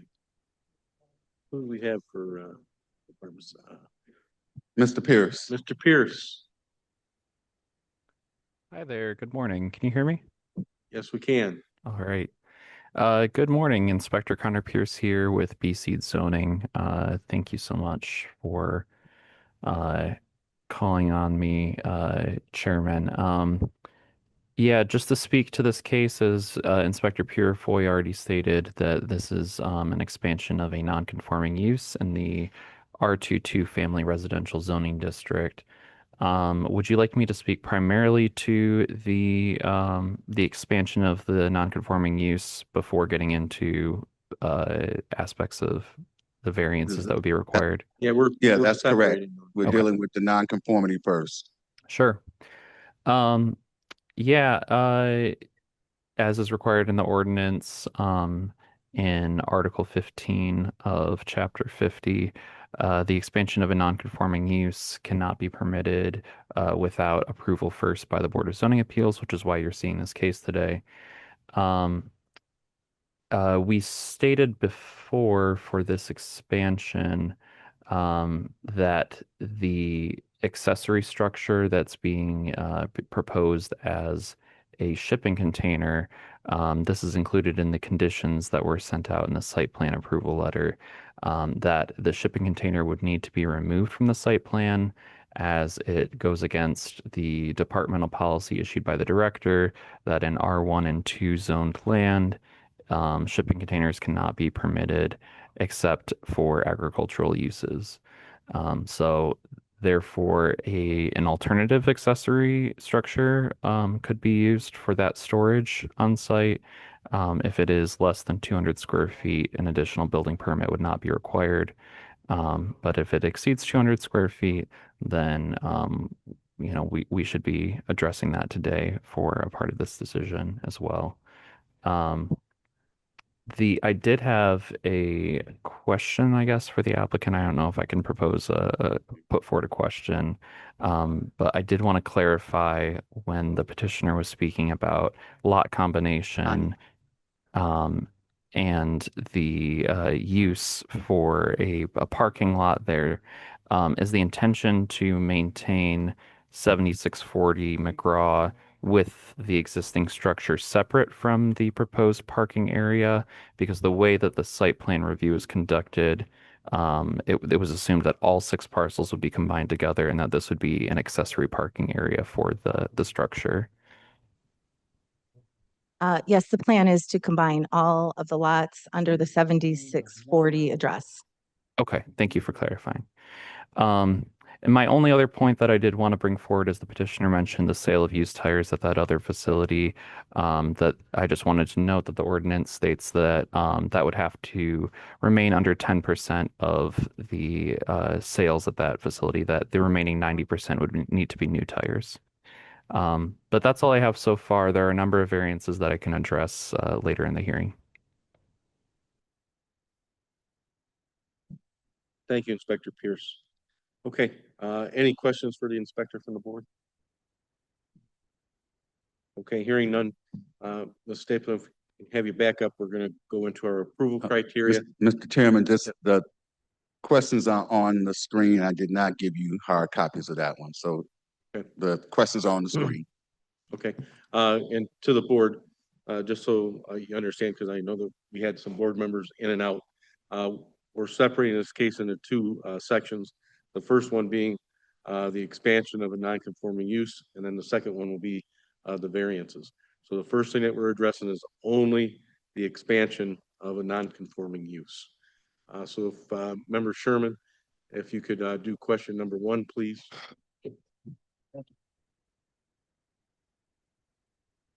Good morning, Board Member Sherman. How will the expansion of your land use impact the social, physical, and economic environment of your immediate and surrounding neighbors? Are you aware of any neighbor concerns, and have you addressed them? We've done quite a bit of community engagement in the area. This lot has been owned by the city for a very long time. It was paved by others. I don't know if it was paved by the city, but it's been used for parking and storage for a long time before our client submitted a proposal to acquire the property.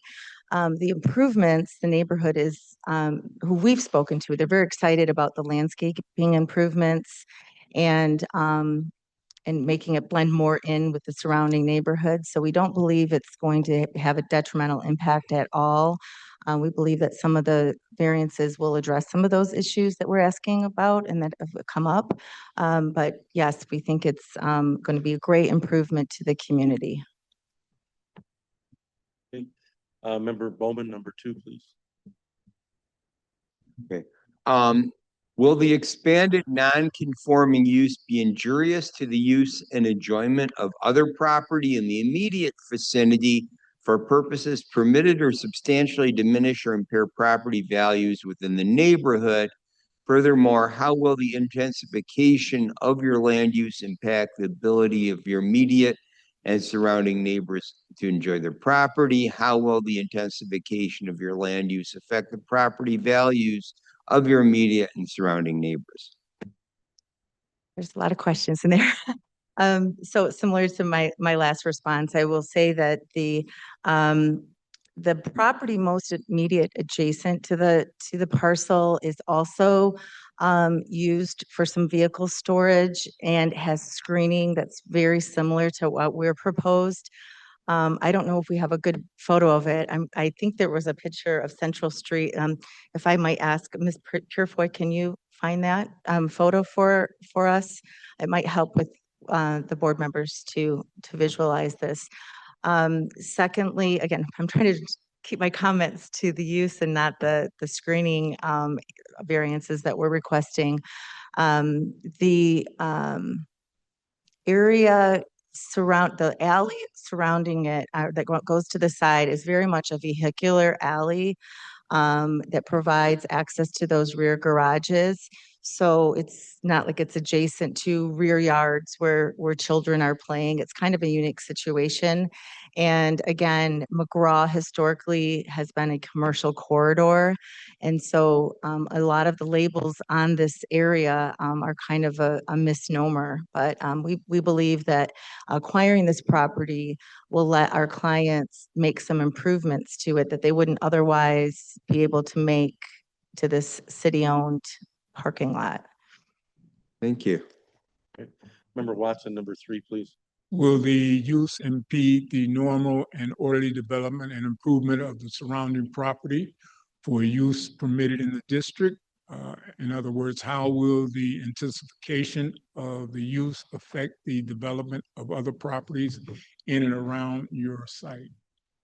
I don't believe that it will impact the development of the area. The neighborhood is very densely developed. This might be the only open space within a few blocks. Very strong community, occupied homes, not a lot of vacant lots or vacant homes. So I know in some cases we would be concerned about expanding a commercial use, that it might deter future residential development. And I don't think that's the case in this neighborhood. I think it's rather unique in that there really is no room for additional residential development here. And in fact, pulling some of those uses off the street, like the truck deliveries and whatnot, really have a positive impact on those residents. Number 4, Member Osborne. Member Osborne, have you taken steps to obtain adequate utilities and other facilities necessary for the intensification of your requested use? Yes, the only thing that we noticed is that whoever paved this did not put drainage in. So the site would have to be, there would be catch basins that they'll need to put in for proper drainage. However, because it's such a large lot and such a small portion of that is going to be used for actual parking. We are discussing with our client, should this be approved, doing some stormwater management, on-site management. So we'll reduce the drainage fee and then also maybe bring in more green area and less stormwater runoff. So water is the main thing that needs to be addressed, but we don't anticipate any other impact or demand on utilities. I've got an additional question, and this might be a good spot to ask it. Ms. Stapleton, when Inspector Pierce was speaking, he was talking about the shipping container and that 200 square foot maximum. Do you know if you're going to be able to achieve that or? Well, we did have some questions about that, and I guess we might need to make that a variance because it's a land bank property, this has gone under design review through planning and development. I believe they had a PPR before we were involved. We have lots of different versions of reviewing this, and planning and development have actually recommended that different types of cladding treatment. And I think we sent in a picture of it because we didn't realize it wasn't in your packet. I don't know if you can add it to the screen. And furthermore, shipping containers are an improved form of a structure by the Michigan Building Code, and it's not prohibited in the zoning ordinance. So I guess I would say I haven't formally requested a variance of that because I'm not aware of what ordinance prohibits that. If it's just a preference of the building department, I would say that it's conflicting with the planning department recommendation. But if needed, we would respectfully request a variance from that. I think the issue, it sounds like from the planner that the issue is shipping containers in an R1 or an R2. And again, this being a non-conforming use, I think that speaks to the fact that none of the stuff that we're requesting is allowed in an R1 and an R2, because we're in fact requesting an expansion of a non-conforming use. So I do think the shipping container is very appropriate. It solves the problem that we're trying to solve with storing those tires in a way that meets all the other city requirements and state requirements in a healthy, safe, discreet way, and it will be clad in a way that it does not look like a shipping container. It will look like any other storage building. So I hope that addresses your question, Mr. Chairman. Okay. And Mr. Chairman, Mr. Pierce is on also. yeah, I was going to ask Inspector Pierce, if you could unmute yourself. So the petitioners stating that they have a problem meeting that 200 square foot shipping container maximum. So would that be a need for an additional variance? And would it be appropriate to do that today, or what's your take on this? Yeah, I can speak to the petitioner's questions about the origins of that requirement too. So it's not listed in the zoning ordinance. It is a departmental directive. And that directive states that for R1 and R2 zoning districts, that shipping containers would not be permitted, and except for agricultural uses, and for where shipping containers are permitted, that they would require that additional cladding, as well as being on footings or foundation. If they're on footings, they would have to have a rat wall, etc. Now, whether or not this is something that can be varied by the Board of Zoning Appeals, I might have to get back to you on if we're but before addressing for the section on variances, I might want to check with Jada on that, how we would move forward with that, since it's not a requirement listed in the zoning ordinance. It is based on some aspects of the zoning ordinance, particularly sections that limit the use of corrugated metal paneling for siding and for roofing. But yeah, as I stated before, I will need to check with Ms. Filson to see how we would move forward with that for if it would require an additional variance, or if it would just not be permitted at all. So if I'm hearing you correctly, what you're saying is that the city of Detroit doesn't have an ordinance that speaks to shipping containers being used as storage vessels?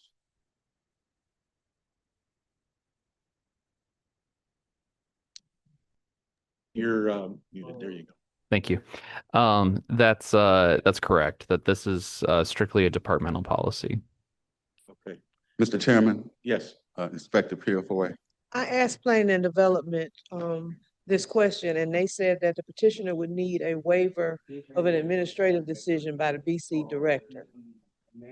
Okay. So it seems like this may not be a BZA decision that we can make.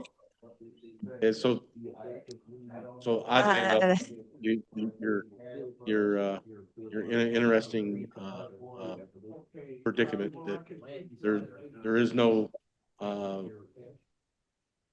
rules officially that govern the use of shipping containers as of right now. It's just it's being handled administratively, so you'll have to seek guidance from Mr. Bell. So when it comes to the shipping container, but we're not able to address the shipping container at all today. but this body has the authority to hear waivers of administrative decisions, which is that decision has not been made. So this decision has to be made before it can be appealed. So isn't that the letter though, there, in the letter, they say you must remove the shipping container. So it would seem that this honorable body would be able to consider whether the shipping container has to be removed or can remain. Let's ask Attorney Savage. Like, Attorney Inspector have a consult, provide us with some guidance. I was trying to get caught up. Excuse me. Multitasking. My understanding is you're trying to get a shipping container on the site, and it's related to the approvals to have it on the site. Yes, Attorney Savage, our concern is that there is no ordinance that prohibits a shipping container. It's an approved form of construction in the state of Michigan. They've been used at several different development sites across the city. But there is apparently a director ruling that shipping containers cannot be used in an R1 or an R2. And my question is, if that was an administrative decision that was made and it was in the site plan review letter, then does this body have the authority to overrule that since it's an administrative decision?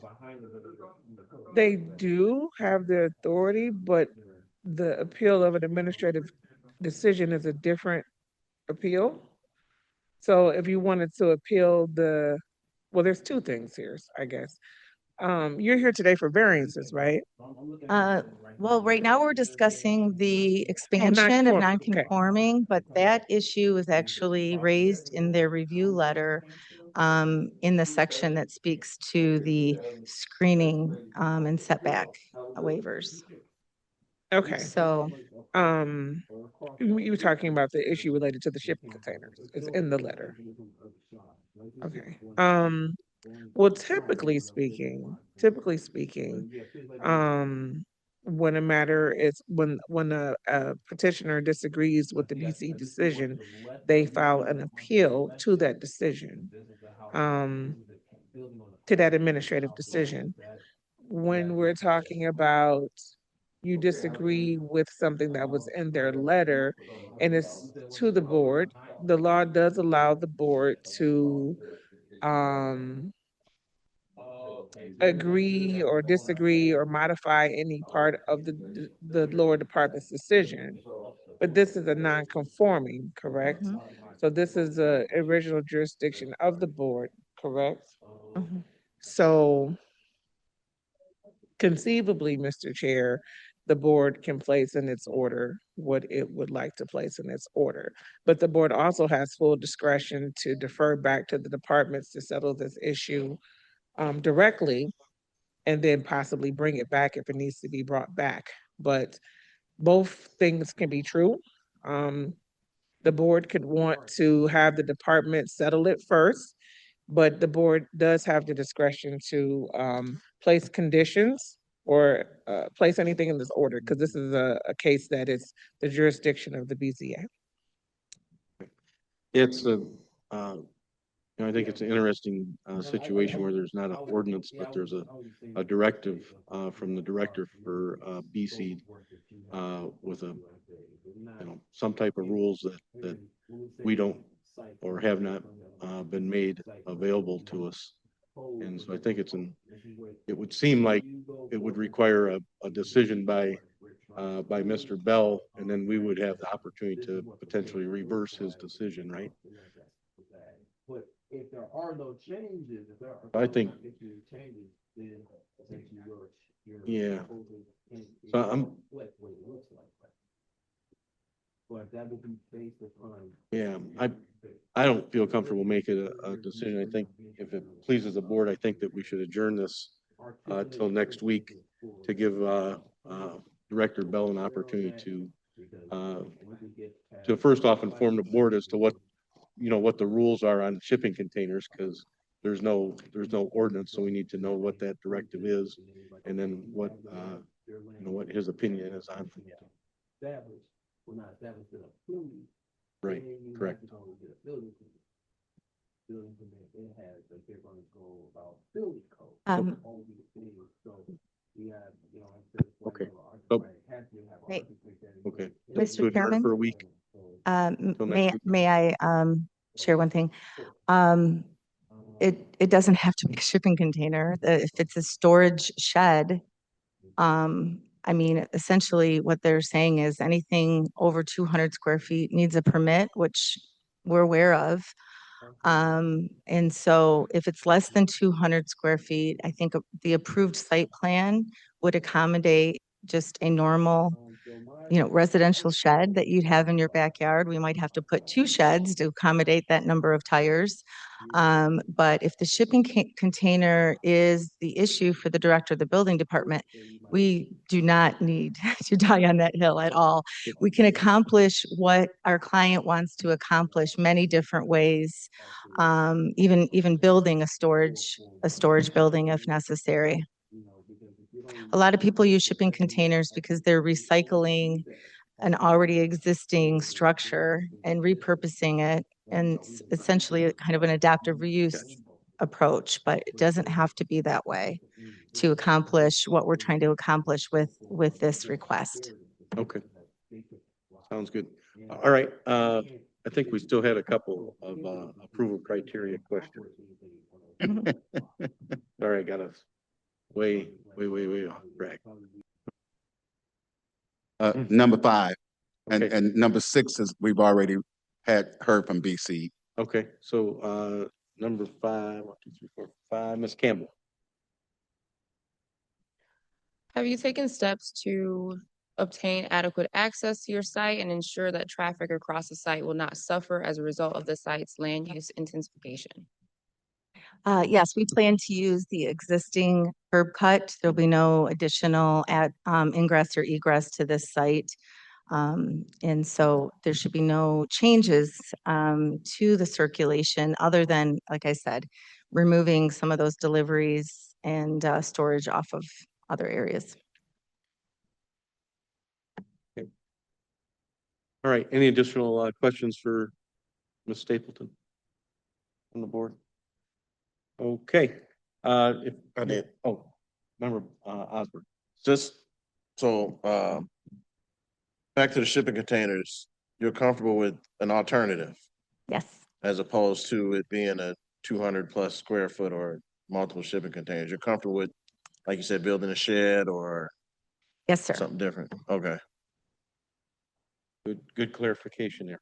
All right, Ms. Stapleton, if you want to step back, we're going to do communications, public comment. If there are any concerns with your project from the public, you'll have an opportunity to come back and speak to that. And Mr. Chairman, for the listening audience, if you are in need of translation, we have translators on to translate for you. So if any of the attendees on needs translation, when you raise your hand, let us know and we will provide the translation. Okay, Mr. Chairman, we can go to the auditorium first. Okay, thank you, Director Brown. Okay, if you're in the auditorium today and you'd like to make a public comment specific to 7640 McGraw, please come up to the podium. If you're in the auditorium today and you would like to make a comment, public comment, specific to 7640 McGraw, please come up to the podium. Okay, seeing nobody, will shift to our virtual participants. If you are online and you'd like to make a public comment for 7640 McGraw, please raise your hand. Again, if you're on Zoom and you'd like to make a public comment for 7640 McGraw, please raise your hand. Diane Varga. Okay. Ms. Varga, if you could please unmute yourself. Ms. Varga? Yes. You need doesn't sound like you need an interpreter. Yeah, I need an interpreter. No, maybe you do. Ms. Turner. Did you say she did? It sounds like it. Okay. Ms. Turner, if you could please unmute yourself and provide interpretation for Ms. Varga, please. Correct. Ms. Vargas, go ahead, please. Ok, yo soy vecina de ahí, vivo en la parte de atrás y pues yo no estoy de acuerdo porque pues ahí, si él quiere poner containers se va a hacer mucho animales. Además, yo hace 2 años traté de comprar esos terrenos y me los negaron, que porque iban a hacer un parque para los niños. Dije, bueno, está bien, un parque para los niños porque ahí les sirve. He visto que los vecinitos juegan ahí. Ok, so usted está diciendo que no quiere, no está de acuerdo. Usted vive en la No, parte de atrás del área y sí, no está de acuerdo con esto porque hay muchos contenedores allí y eso va a traer mucha suciedad, básicamente, sí, ¿no? y además había mucha, incluso hay mucha basura. No sé si ahí vieron en las fotos que estaban poniendo en los videos. Ok, permítame, yo explico Ajá, sí, esto. está bien. Okay. Okay. Ms. Vargas is saying that she lives in the back of that area and she's not in agreement with what is being said. There are a lot of containers that are creating a lot of mess to an area that is already very messy and dirty. So she said that she's definitely not in agreement. They have promised like an area for kids, and there is no way they could have any of that because of the mess and the there's a lot of dirt and a lot of animals, not doing anything productive to the area. Okay, thank you. Yo tengo otra pregunta. Okay, she has one more question. Hold on. Sí, señora, dígame. Ahora otra cosa. Yep. Cuando yo quiero, ellos atraviesan carros en el alley, a veces me tapan la entrada porque pues mi entrada es por el alley. Y ese es el problema también. She says she has a lot of issues also trying to get to her place because there are a lot of cars parked right there in front of along the alley, and that is right when she needs the location that she needs to get to her place. So she has a lot of problems trying to get to her place. Parking cars, parking vehicles, and also vehicles passing back and forth by the alley. Chair. Ms. Turner, we need Ms. Vargas's address. Señora Vargas, necesitamos su dirección, por favor. 5629 Florida Street. Ok, un minuto. 5629, me dijo Florida, Sí. ¿qué? Street. Florida Street. ¿Y alguna ciudad, zip code, el código? Detroit, Michigan, 48210. Ok, no, el número me lo dijo muy rápido. 48210. No, un momentico, dígamelo otra vez uno por uno, porque es muy rápido y no lo entiendo. Ok, 48210. Okay, Chile, the address is 569 Florida Street, Detroit, 48210. Thank you very much. Muchas gracias, señora. Okay. Yeah. Member Bowman. Yeah, I just was wondering if it would be possible to have okay, I was wondering if it would be possible for the interpreter to say in Spanish to the virtual audience that she is providing interpreting services so that they can hear that.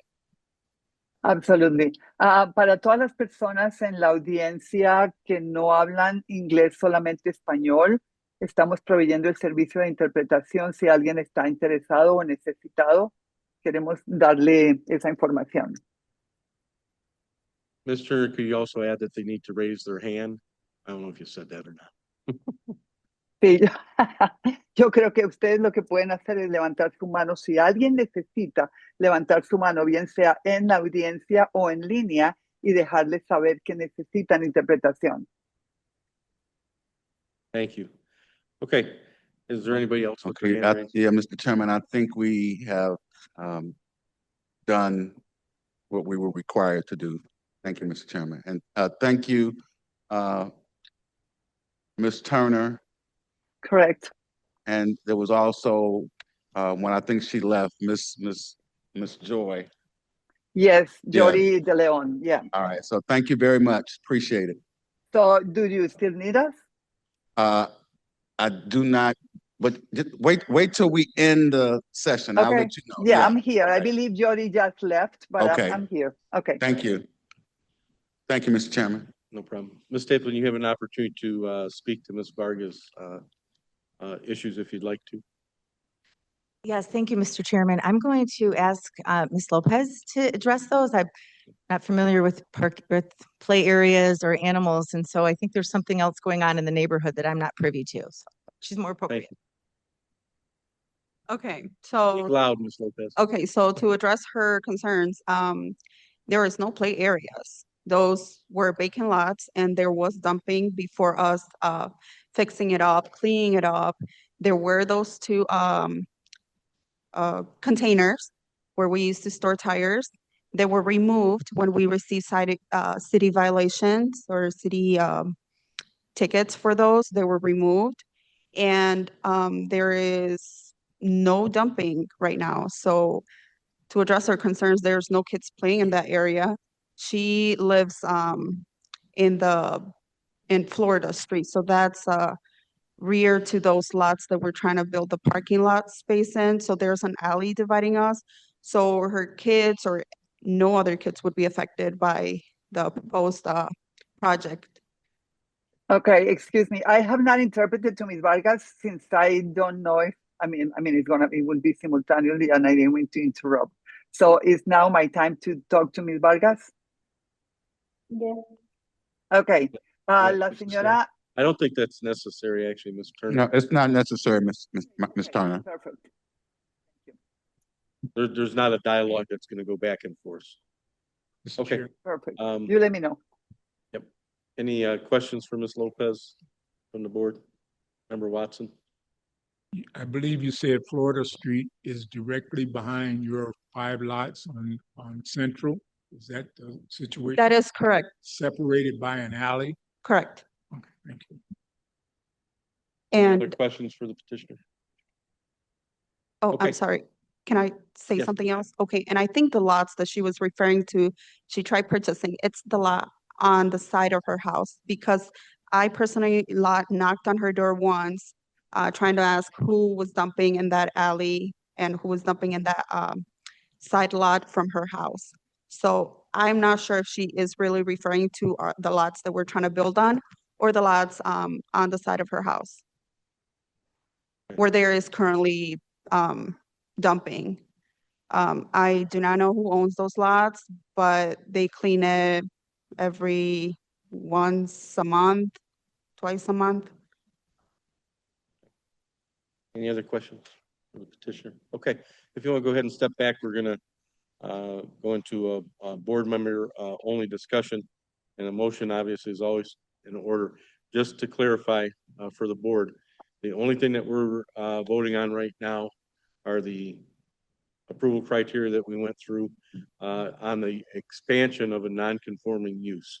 And so what we're looking at is right now there's a tire sale and repair facility that's been there for 40 years, and they want to expand their footprint to include an accessory parking lot, a dumpster enclosure, and we need to condition the fact that any storage over 200 square feet would need to be approved by BZA. So we need to have that as a condition. But that's what we're looking at is, can they extend their footprint to include an accessory parking lot with about 10 spaces, some type of storage that probably will be approved later on, and then also a dumpster enclosure. So that's what we're looking at right now. And then we'll get to the variances that they need here in a minute. Mr. Chairman? Yes. I did want to put on the record that I have a letter of support from the Southwest Detroit Business Association. Ms. Stapleton indicated that other letters were sent, but I may have missed those. The Southwest Detroit came in over the weekend. Thank you, Mr. Chairman. Thank you. Any other comments from board members, or can we get a motion? I guess I'll start off. I'm in favor of this. As I drove past and whatnot, I think that they they own that building, plus we learned that they own the building next door. Both buildings are, you know, fairly impeccably kept. You know, I think that they both look really good. They've been in the community for a long time. They employ Detroiters. You know, obviously providing a service there for decades, and you know they want to activate their side lot for, you know, for parking and whatnot, which is, you know, always good and needed. You know, hopefully solve Miss, you know, actually solve Ms. Varga's concern about parking, you know, in the neighborhood and whatnot. They stated they don't do any overnight stays of cars or anything like that. So, I mean, I think it's necessary for their business and actually provide some benefit to the community by having some additional parking. And as I said, the storage situation will be brought up, I think, at a later time, because we do need to condition the fact that there will be no more than a 200 square foot storage vessel without proper approval from BC. Member Bowman? Yeah, I believe that we should go ahead and approve this.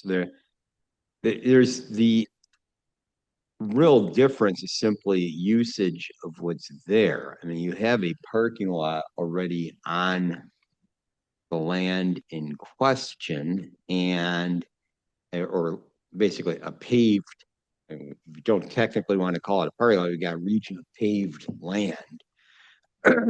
And so it's not really physically changing much of the in character of the area, and the business is already there. So it's not a matter of whether or not to have a business of this type there. It's simply then making it so that this business can utilize a space that already exists without really modifying it significantly. Then, of course, then there's a separate matter of tire storage and what kind of structure that would be. But I believe that's really separate from simply allowing for the expansion into this these additional lots. And so, for that reason, I don't really see it as a big issue to go ahead and approve this. Any more comments? Member Watson? Motion. Motion. I'd like to make a motion in the case of BZ case 200250003, 7640 McGraw between Central and Caspian and R2 Family Residential District. I make a motion that we grant the petitioner's expansion and intensification of a non-conforming use, a public for the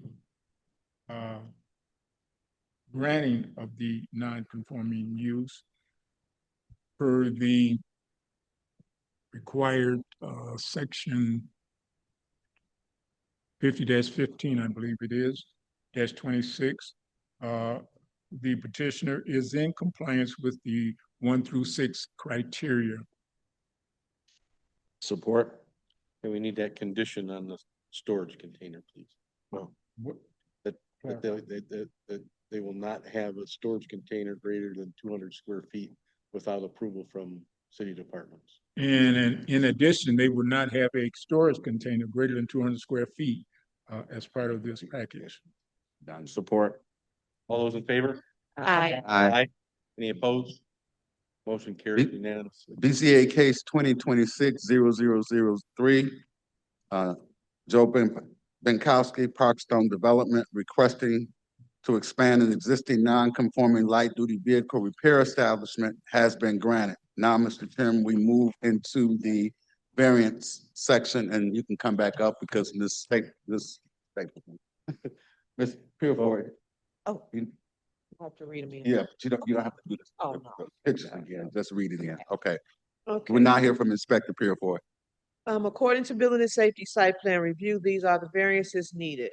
Deficient front setback, 20 feet are required, 5 feet provided, 15 feet deficient. Deficient side setback, 10 feet required, 0 feet provided, 10 feet deficient.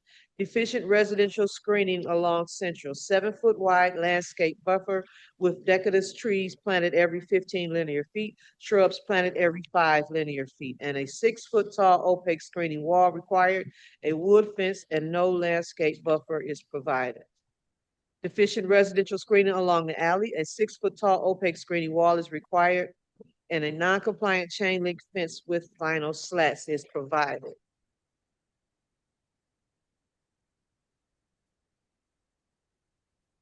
Those are the variances requested. All right, Ms. Stapleton. Mr. Chairman. Now, if we can move on to the second half with the variances that are required.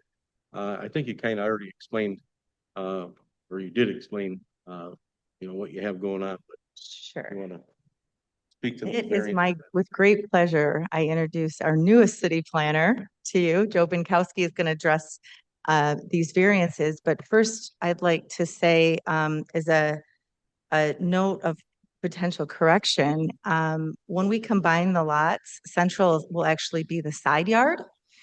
And the what they're calling the side yard will become the rear yard, and it changes it slightly. We still have variances, but Ms. Purefoy, if you don't mind, can I go over what we believe the variances are that we need with all due respect? That's BC's letter. Not Oh, okay, great. And the BC inspector is still on the meeting? Okay. Oh, great. Okay.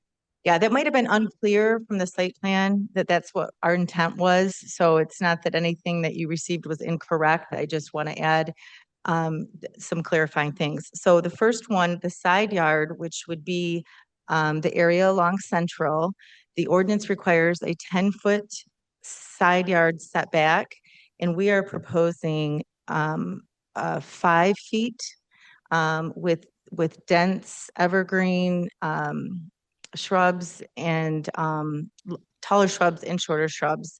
And it's going to align perfectly with the setback to the adjacent neighbor who has similar screening. So we took a cue off of what was already there. The second variance that we're requesting today is the rear yard, and the ordinance requires a 10-foot rear yard setback. There is an existing wood fence on the property line that we would like to retain. The adjacent neighbor that we share that property line with is in favor of that. In fact, most residents that we talk to don't like masonry walls because they make it feels more commercial or industrial than a wood type fence or a metal decorative fence. So for that reason, we are requesting, in lieu of a 10-foot rear yard setback, that we have a 0-foot setback to allow the existing fence to remain. The other item is residential screening, and we're proposing, again, a wood fence or a decorative metal fence along the alley line, which separates that from the Florida Street properties. I think that's it. I think they had 3 and we have 3. They're just worded slightly different. So with that, I'm going to turn it over to Mr. Binkowski.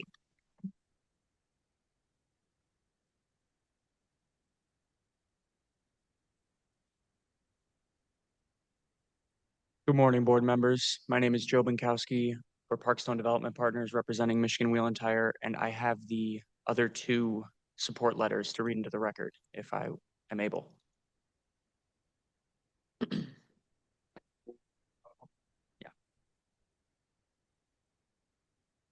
I emailed them on Friday. Okay. If you could speak just a little louder. Okay. So I'm going to talk a little bit about compatibility with the adjacent properties. So as Ms. Stapleton said, the most affected neighbor would be the neighbor on Central directly to the north. And his residence is already 3 parcels away, and he has a fenced off area that he uses for parking for personal matters and business matters. So as Ms. Stapleton said, we would like to keep that fence that he has there as kind of our side fence and add additional fencing leading up to the business on McGraw Street. We also believe that a setback from that fence, requiring us to put up another fence would lead to like a 5-foot alley leading through there. That is unnecessary and would be kind of off the beaten path for anyone walking through there and would provide an unnecessary pass through to the alleyway.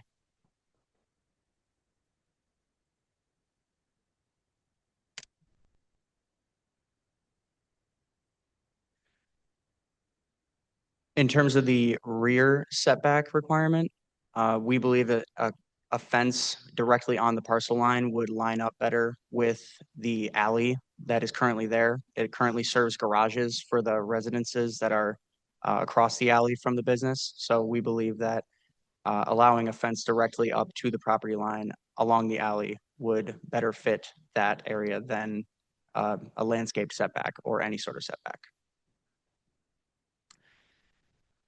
And as Ms. Stapleton indicated, we have done a good amount of community engagement. We've canvassed the area. Ms. Lopez has come with me to canvass the area, translating for me as we tell neighbors about the project, about the variances. The other two letters do speak to the variances requested, especially the fence being an iron or a wood fence as opposed to a masonry wall. And these neighbors that those support letters were written by do live on Florida Street, which is across the alleyway from the business.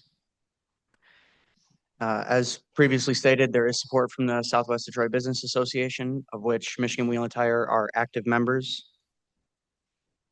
And that's all. That's all for me. Okay. Thank you.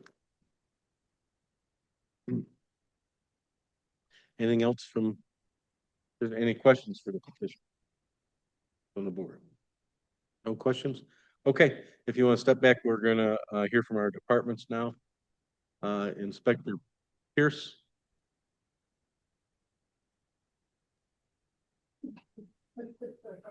Okay. All right. Are you able to hear me? Yes. All right. Thank you. Yes, Inspector Connor Pierce here with BZ Zoning. Now, to address the points made by Ms. Stapleton and Mr. Binkowski, it seems like there's a bit of discrepancy about what is being considered the side yard and the rear yard. In terms of setbacks for this. So based on what Ms. Stapleton was saying, I can agree with that. Per the lot combination that will be occurring, considering McGraw being the frontage and considering Central being the side of the property here.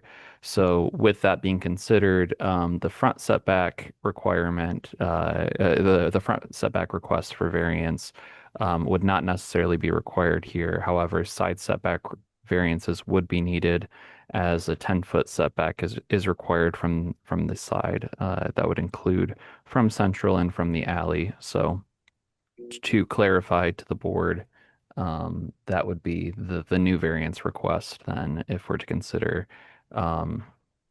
McGraw to be the frontage here.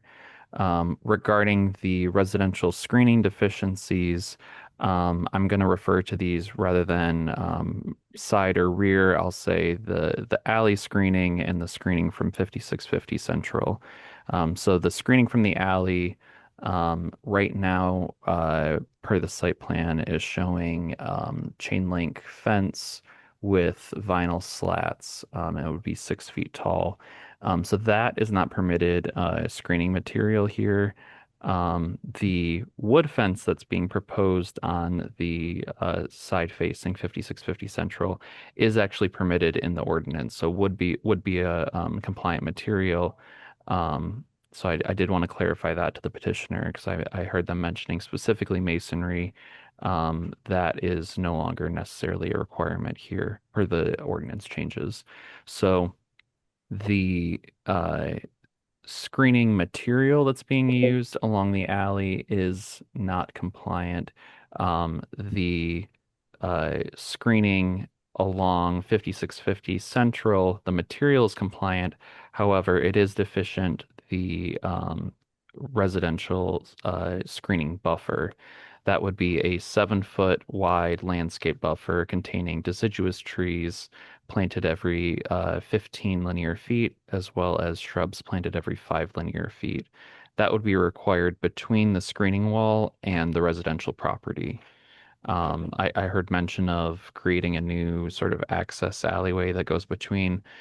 This would not be 2 screening walls with landscaping in between, but rather would be 1 screening wall closest to the parking lot area, and then the landscaped buffer adjacent to the property on the other side. That would be what the requirement is.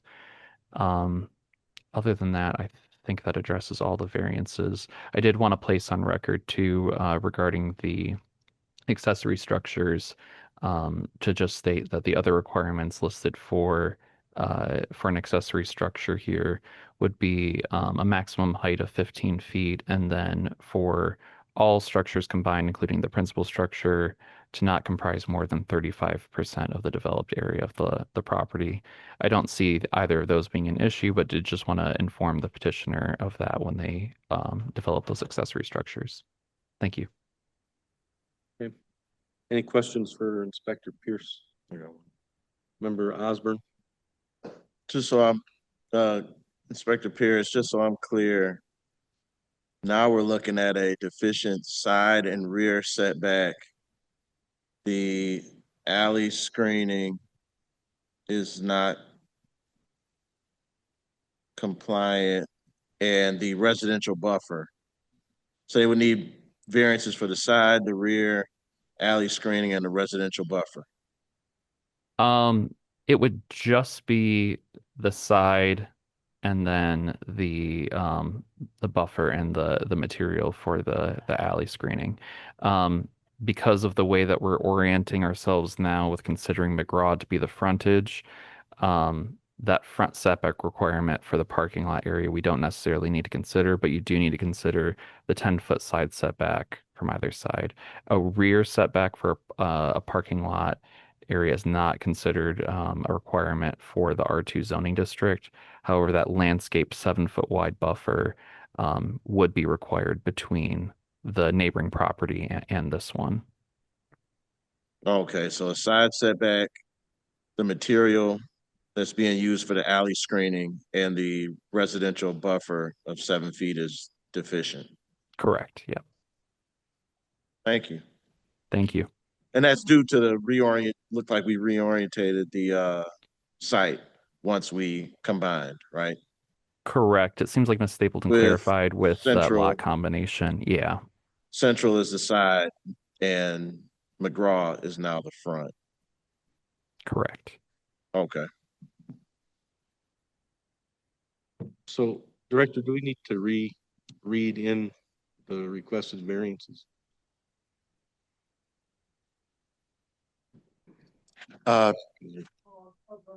Yeah, we probably should clarify that just to make sure. Mr. Pierce or April, you got him? Mr. Pierce, okay, Inspector Pierce will read those as so that we're all on the same page.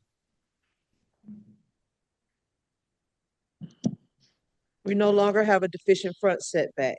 We have the buffer from the alley parking lot and the material. The wood fence is allowed, that it already exists, that is allowed in the R2 district. Those are the variances. Oh, can I just clarify, Inspector Purefoy? The existing screening along the alley is the non-compliant one. Yes. And then the screening along the screening material next to the adjacent residential structure is compliant, but it doesn't contain a buffer. Yeah, yes. okay.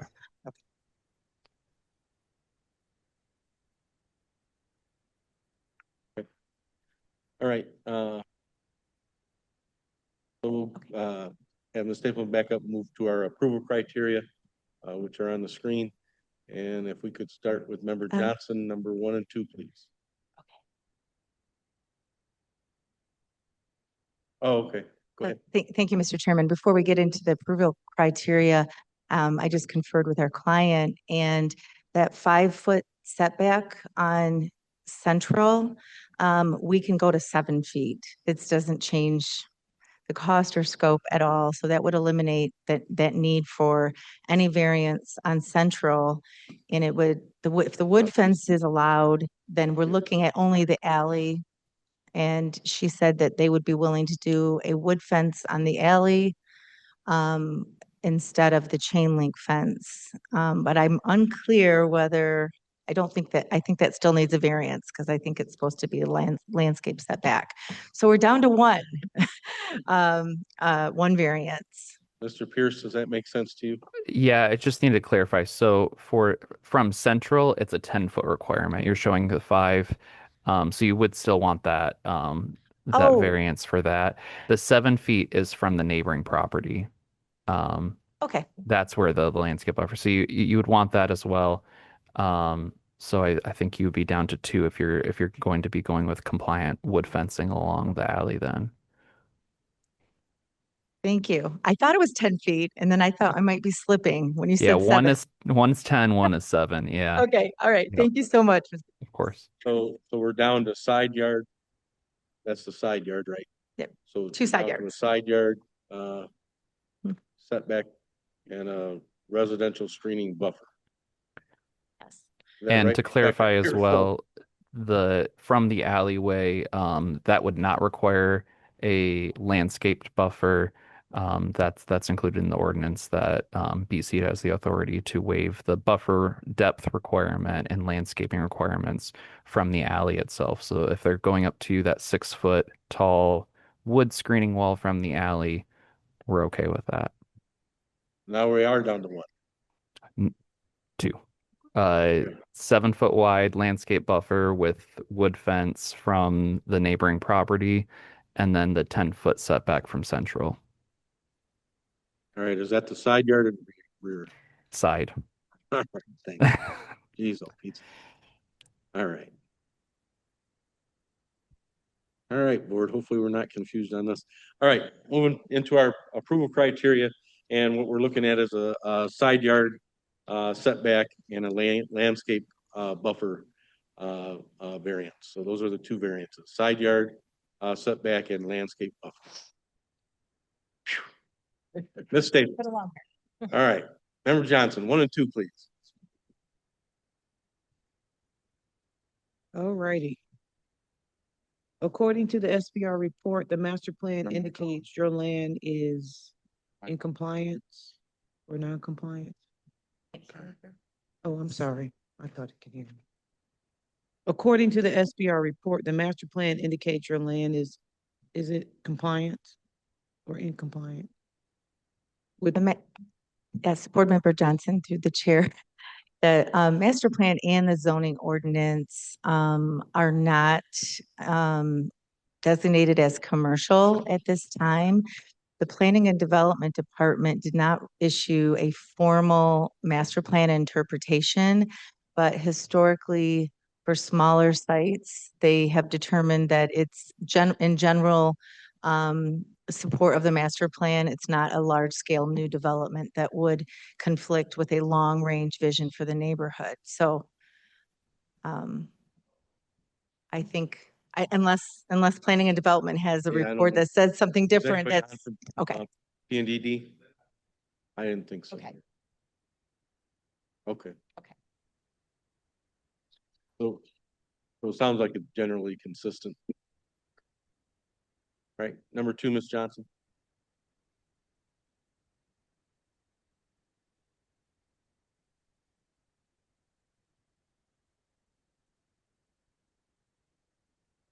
You said the.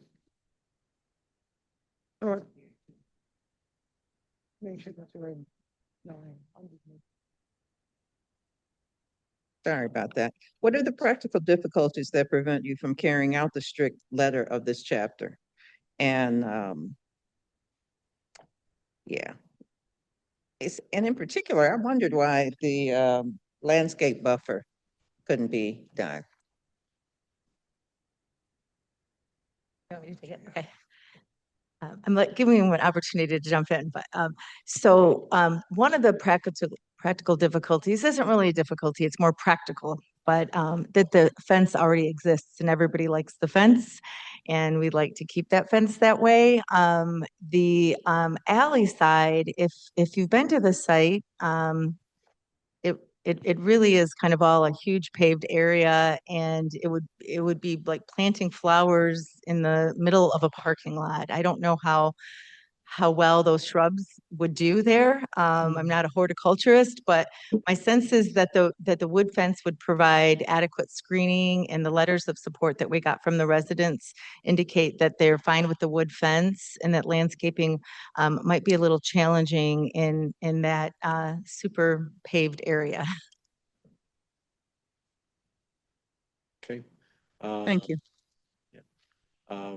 Member Carr, 3 and 4, please.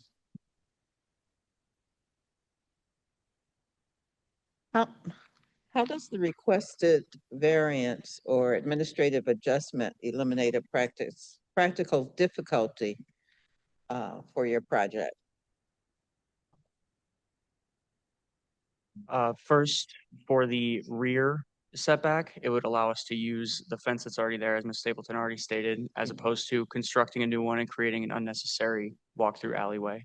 And in terms of the side setback requirement, it would allow us to keep the character of the alley similar to how it already is, as opposed to adding unnecessary shrubbery that would likely die quickly in the current area that it would be in. Okay. And explain how your business will not cause any adverse impact on the other businesses around you or the residents. In terms of the expansion of the non-conforming use, this business is currently operating as the board has already recognized. This is currently serving as kind of an impromptu parking lot. So beautifying it and adding fencing to separate it from the alleyway and allowing, really beautifying the neighborhood through that landscaping on Central Street, we believe would be a benefit as opposed to an adverse effect upon the surrounding neighborhood and the residential area. Thank you. Ms. Campbell, 6 and 7, please. Hello. I know you mentioned there will be no adverse effects, but if there are any adverse effects, how will you deal with them? So we've worked through some issues already in the neighborhood as far as trying to understand the needs. So I will say our client, Ms. Paloma, she has several people that live right on Florida that work for her. She owns homes in the neighborhood. She's regularly communicating with the neighborhood. She has family that lives in one of those homes. And increasing, just understanding their needs has been something that we've been doing for a long time. For example, there was a situation where there was someone opposed to it because she used to park in that area and believed that if this goes through, she won't be able to park there anymore. And Ms. Lopez had assured her that, she's able to continue that process. There's plenty of room there for everybody. We just need to be able to accommodate the trucks deliveries and the business needs. So once that happened and that conversation occurred, that opposition went away. So communication, as always, really is very important in neighborhood relations, and too few people sit down and talk anymore. But I think Ms. Lopez does a really good job of talking with the neighbors, and I think she has a very open door policy. So if issues arrive in the future, they will be addressed. Thank you. And what is special about your site that is different from other sites around you? Okay. That down zoning is pretty unique to Southwest Detroit. Again, I was very in support of it when it went through, but we're going to be back before you a lot this year with these non-conforming uses because it has negatively affected our business community, unfortunately. It was designed to, reduce truck traffic and protect the neighbors. It has accomplished that goal, but this is just some residual hardships that were created by the down zoning. So I do think that is very unique to District 6. Agreed. All right, Member Osborne, 7 and 8. When you purchased this property, what were your plans?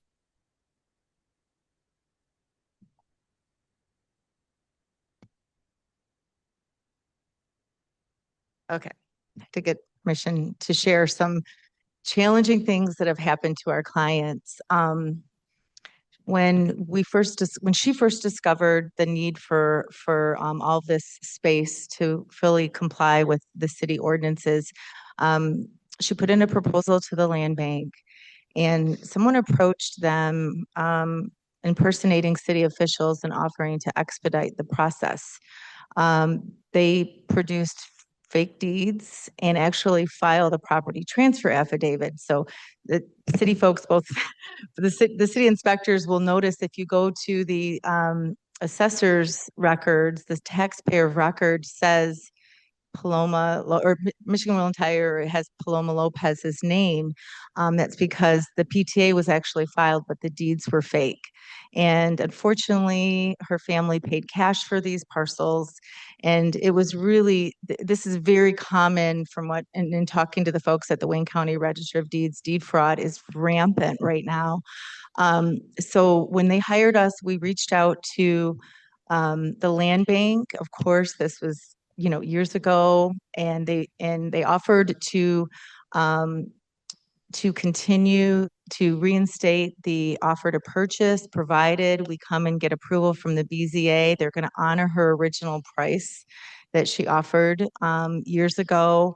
But it really is a pretty tragic thing that happened. Learning experience. I told her she paid a lot of tuition, but now she's got a degree in this stuff, and she knows that it'll never happen again. But it is unfortunate. And we did purchase it, or she purchased it, for the intent of all the reasons we've described today. Yeah, that is unfortunate. And I agree, deed fraud is rampant. Glad you made it this far. Will you be conducting any business other than what you've spoken of on record today? No, granting this variance and this non-conforming use will only enhance the ability for Michigan Wheel and Tire to conduct their business in terms of storing the tires and having adequate areas to park and to unload those that refuse from the property. Thank you. Member Watson, 9 and 10. Please explain how the variance or the administrative adjustments will do substantial justice to you as well as the other property owners in and around you. Justice is such a good word. And based on what you just found out about this family's plight, I think that this would give them justice to move forward. And they have to buy the property twice, but in the end, I think everyone will benefit from it. And is there anything else we could have done today to assist you? Well, I suppose we could have done a rezoning, but I know that that was not anything that the city planners wanted. They definitely wanted us to come the BZA route. And lastly, you just touched on the point that this was city-owned property, right? Yes. And you've made that statement for the record. And we are, the proposed change is in agreement with the purchase agreement from the city. Yes, sir. Thank you. Any additional questions from members Osborne and Sherman? No further questions. You know what I meant. Jeez. All right. Any other questions from the board? All right. Hearing no other questions, if you want to go ahead and step back, we are going to go into public comment. If you would please pay attention to any comments that the public has. You'll have an opportunity to come up and speak to those afterward. Any communications, Director Brown? The letter from Southwest Detroit, and they indicated they're going to send in 2 letters of support. Okay, And so, Mr. Chairman, could you ask Ms. Turner to indicate to the community that we are now taking community comment? yes. Ms. Turner, if you could please indicate that Sure. we'll take public comment, and that Folks, Ok, para raise todo their el hand. público, para toda la audiencia, si alguien necesita hacer sus comentarios y no habla inglés, aquí hay dos intérpretes que pueden ayudarle. Okay. If anybody would like to make, anybody virtually would like to make public comments specific to 7640 McGraw, please raise your hand. También si alguien quiere hacer comentarios de manera virtual, en línea o por teléfono, estamos atendiendo los comentarios de 7640 McGraw. Por favor, levante su mano. Do you see anybody direct? No hands, Mr. Chairman. No hands? Okay. We'll switch over then to public comment here in the auditorium. If you're in the auditorium today and you want to make public comment specific to 7640 McGraw, please come to the podium. Alguien para hacer, necesita comentarios sobre el 7640 McGraw en español, por favor. Pueden participar, levantar su mano o venir al podio. Well, that sounds like a lot more than this. That's, all right. that's it, Mr. Chairman. No. Okay. No Seeing, comment. seeing nobody, we'll close out public comment. We'll Thank go you, to Ms. Turner. Board and yeah, thank you, Ms. Turner. Okay. I think So- you're done for today. Do you need us to stay or we can leave? That is it. That is it. We thank you, and we now know Okay. how to use this. Thank you very much. All right, thank you very much. Have a good afternoon, everybody. Right, so we'll close out public comment, go to board member only discussion, and a motion is always encouraged. And just as a reminder, because I know we went back and forth on this, but we're looking for a variance for side yard setback and landscape buffer. Member Osborne. I'm in support. I mean, first of all, we supported the change of the non-conforming use unilaterally. So I'm in support of the side yard setback and the residential buffer, and I'll make a motion if there's no other comment. Looks like you're good. All right. So for BZA case 2026-00003, location being 7640 McGraw, I'd like to make a motion to grant the variance for a deficient side yard setback and a deficient residential buffer. The petitioner is in compliance with the master plan as planning and development's interpretation is shown. There's the existing fence in the parking lot is the existing fence is one reason why they cannot meet the letter of the ordinance. If we grant this variance, it will allow them to function as a business, essentially. Their business will not cause any adverse impact to any businesses or the neighborhood around them. If there are any impacts, the petitioner will use communication. They have strong community ties with their neighbors to mediate any issues. Their site is special due to the constraints that the ordinance has placed around the operations of their business.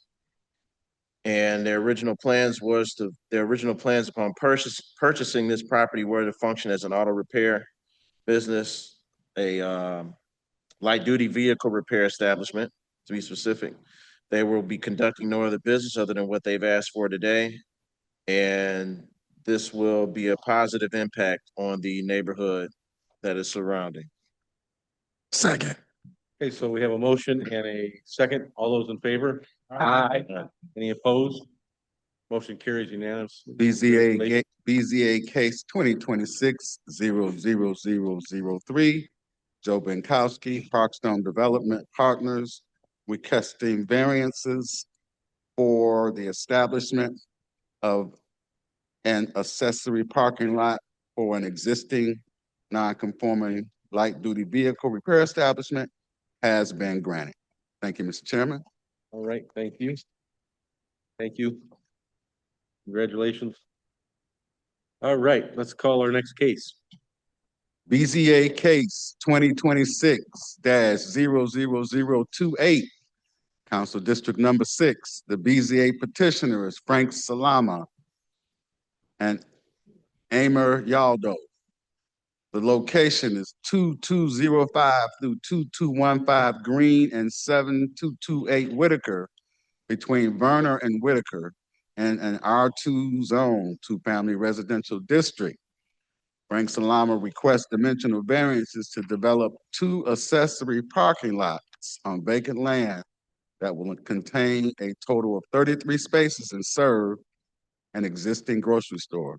Approved with conditions in BC case number SLU 2025-00113, decision date April 17, 2026, effective date May 1st, 2026. The subject site is within an R2 zone, two-family residential district. We will now hear from Inspector Purefoy. Thank you, Director. We're hearing this case because the board shall be authorized to hear dimensional variance requests for matters that are beyond the scope of the building department's 10% administrative adjustments for variance of the minimum setbacks. The variances needed are for excessive lot width for the parking lots. We're hearing this case under section 54-131-6 permitted dimensional variances and 54-121 the approval criteria. Hearing this case under the legal description attached, our attorney will assess ownership. The building department's approval effective May 1st, 2026 states the request is to develop 2 accessory parking lots on vacant land that will contain a total of 33 spaces and serve an existing grocery store. The current legal use of 2205, 2211, and 2215 Green and 7228 Whitaker is vacant land under a demolition permit issued in April of 2016. The requested use of an accessory parking lot is permissible on a conditional basis in an R2 district. BC held a public hearing on March 18th, 2026. In addition to City of Detroit personnel, the participants of the hearing were the consultant, Mr. Salama. No one spoke in support or opposition. Preliminary site plans were approved on February 24th, 2026. A letter from Planning and Development recommending approval was on March 24th, 2026. BC approved the conditional land use of the parking lot with the conditional approval of the following variances needed by the BZA. The variances at the time when we got the case, there was a deficient side yard setback. And site plan was changed to alleviate that. There's a section 5012-299, excessive lot width. That is the only one that still stands. Petitioner also fixed the deficient right-of-way landscaping, and they fixed the residential landscaping. And that was verified at BC, but they put that on the record. So the only variance before the board today is the excessive lot width. You ready, James?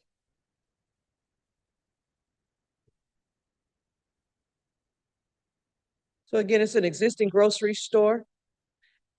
And the the petitioner would like to establish some more parking for the grocery store. This is vacant land off of Whitaker, looking towards the rear of the grocery store for the parking lots. You looking down Whitaker Street, looking to the west, residential properties. You looking down Whitaker towards Green Street.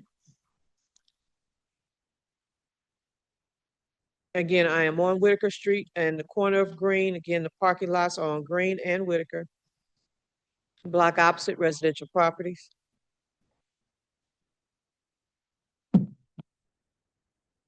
Residential properties on block opposite of Whitaker. Interior view of parking lots.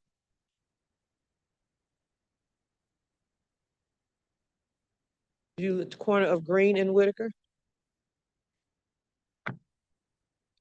View looking towards the parking lots that are legally established at the grocery store. There's an alley that divides the lots in question and the lots that are already established.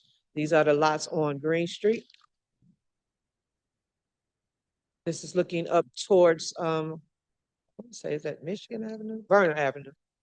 This is the grocery store. You see where the truck is, that is the alley that divides the established parking lots and the lots that the petitioner wishes to establish.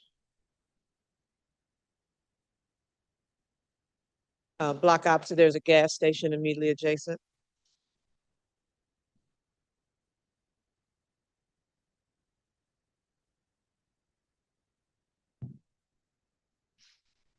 Now, this is the frontage of the parking lot, established parking lots.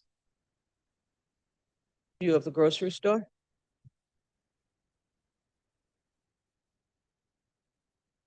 You're looking down the frontage of the grocery store?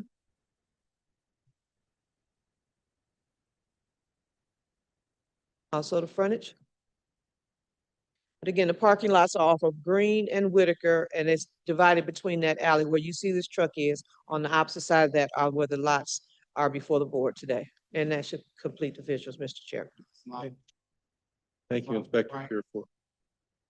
Folks, if you want to come down.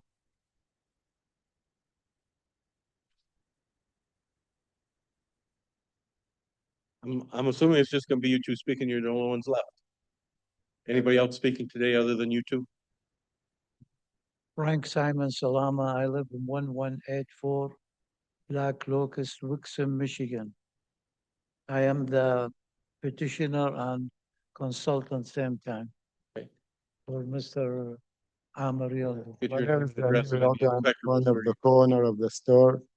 My address is 2319 Joseph Drive, Sterling Heights, Michigan, 48314.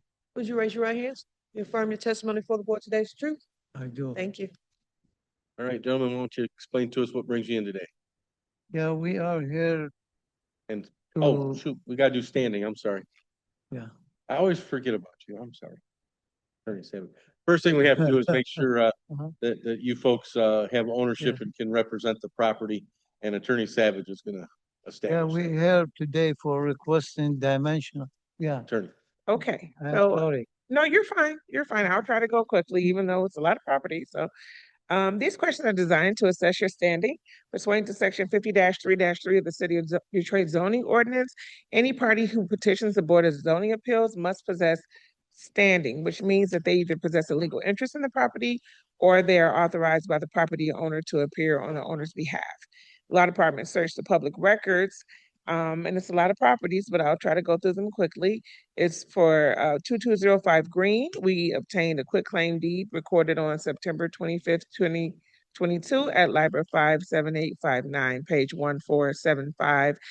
And actually, that's the same for 2211 Green, 2215 Green, and 7228 Whitaker. They were all a quitclaim deed recorded on September 26, 2022. So, and that deed and those deeds reflect the owner of the property as Six Stars Building LLC. So, could you, oh, and I just also wanted to know, I think the application had a full dash in between the two numbers, but I don't believe that 2206 Green or 2214 Green were affiliated with your application. Is that correct? We combined. Oh, that was combined with the other two? Yes. I saw a combination. We combined in I saw a combination of 2205. April 7th. She's asking about the lot. Yeah. And 2205, 2211, and right, I had documentation that 2205, 2211, and 2215 were combined in 2025. But there's documentation about the other two being combined? Was it in the file? Yeah. It was in the file? The 220 Green and 2214 Green, I have, right, that's what I was asking about. We are talking only for these two residential parking lots. So there's on the other side, there's Whitaker and there's Green. So all of the property are in Whitaker. Right, I was just confirming that 220 Green and 2214 Green are not a part of this. Correct? Is that correct, April? Yeah. Okay, I would just, and the reason why I made sure that is because when we did the title searches, because the application had 2205 to 2215, a dash in between, we searched for all of them. Yeah, we searched for all the numbers in between. So, okay, so now that we got that, so knowing that those other two properties are not subject to this, we have the owners as Six Stars Building LLC. So can you state how you're affiliated with Six Stars Building LLC? Sam, one of the corner, it's me and my brother. Yeah. I'm one of the co-owners, so it's me and my brother, Adil Yaldo, that we owns the property and the business. We've been there for, the last 25 years almost. Okay, and you, And I'm how many, president of the corporation. So you're the president of, the board, actually, the Six Stars Inc. and the business itself, La Fiesta Market. okay, all right, well, that's good. So as the president, you have co-owners, but as the president, you have a managing interest. But we Go back to the mic. Yeah, it's my brother, but I mean, this is something that, so we give him the authority to speak on our behalf, take care of the matter. So do you have the managing interest in the LLC? Yeah. You do? Yeah. Okay, and your managing interest is as a, what's your title? Yeah, of course, yeah. I now have the authority, so you could talk to me. Okay, for LLC, we just have to make sure that the person here has a No, managing. yeah, I am, yeah. Okay, all righty. Well, based on the statements placed on the record, I'm satisfied with a standing to proceed. Thank you, Attorney Savage. All right, fellas, please speak loudly into the microphone and what brings you in today? Yeah, the owner, he authorized me to apply for his parking lot. He buy two lot residential, and he have already the supermarket parcel one. So he's the business growing up for him, and he not enough his original parking lot. So he decided to add these two residential to his commercial lot, two lot. So those lots we are have too wide. approved from SLU, but the problem for the setback in North Green, I put now only 30 feet to I sit back. Okay. This is the last revised drawing. So we came here for this variance to allow us to use this size of the parking lot. Okay. Yeah. All right. Seems pretty straightforward. Any questions from the board? No? Mr. Chairman, Yes. note that you only have 5 members, so this will require all 5 of you to support. Correct. Okay. All right. So I think we have an understanding of what you're looking for. You've got two additional parking lots that you want to add because you've had such a great increase in business, which is good. I've been to your store a couple of times, and because I live in District 6, and you're right. You're busy, and you do need some additional parking for sure. So seems like everybody goes to shop in Southwest these days because all the supermercados are doing pretty well over there. If you want to go ahead and step back, we're going to hear from our departments, and then we'll have you back up to look at our approval criteria. Inspector Pierce.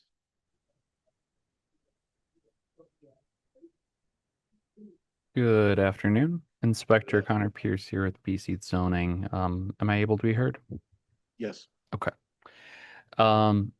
Yeah, just going over some of the basics here. So these parking lots here that are located in the R2 two-family residential zoning district underwent a special land use hearing for this the expansion here, establishing these parking lots.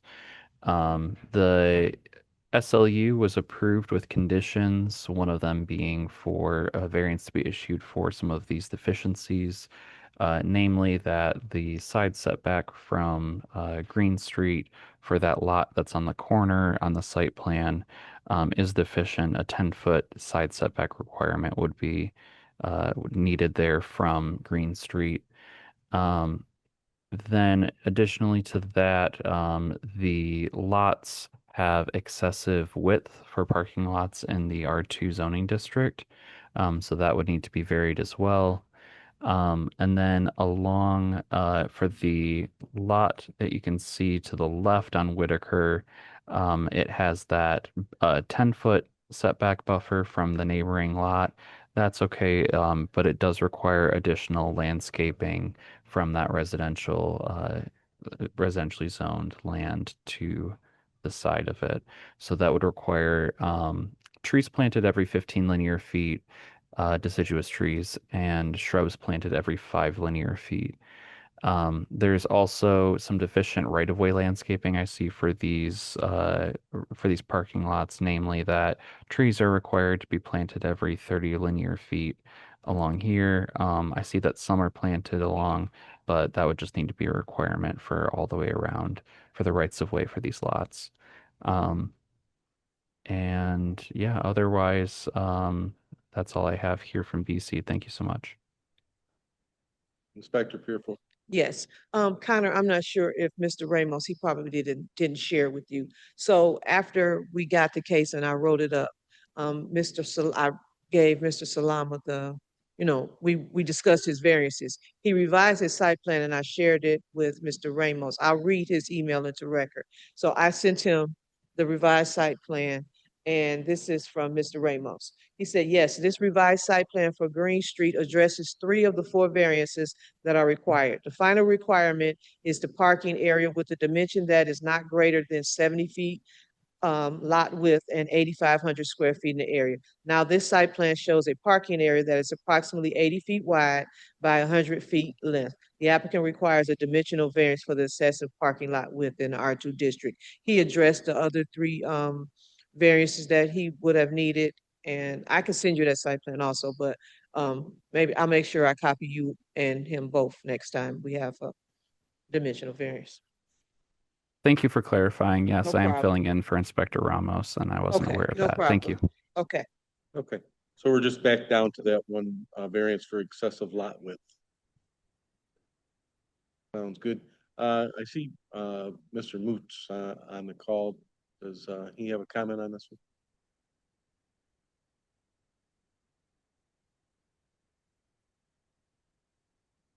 I know it was plan reviews. I wasn't sure. Okay. All right, sounds good. If we can have you back up, we're going to go through our approval criteria now. And to the board, just to make it a little easier on the applicant, not easier, but in the middle are the suggested questions. I think if we could narrow it down to just the questions that are in the middle where it says suggested questions as opposed to what's on the left. I fear we may confuse our applicant a little bit if we don't stick with those suggested questions.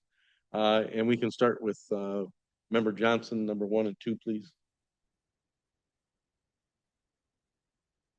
Thank you. According to the SPR report, the master plan indicates your land is. Are you in Well, compliance? we need the additional parking actually will help our business. We've been in the community. We're very, known, well known, we take care of the community. We have almost 40 people that works for us, so we've been involved in the community, a lot of things we do for the community, and we feel we are part of it,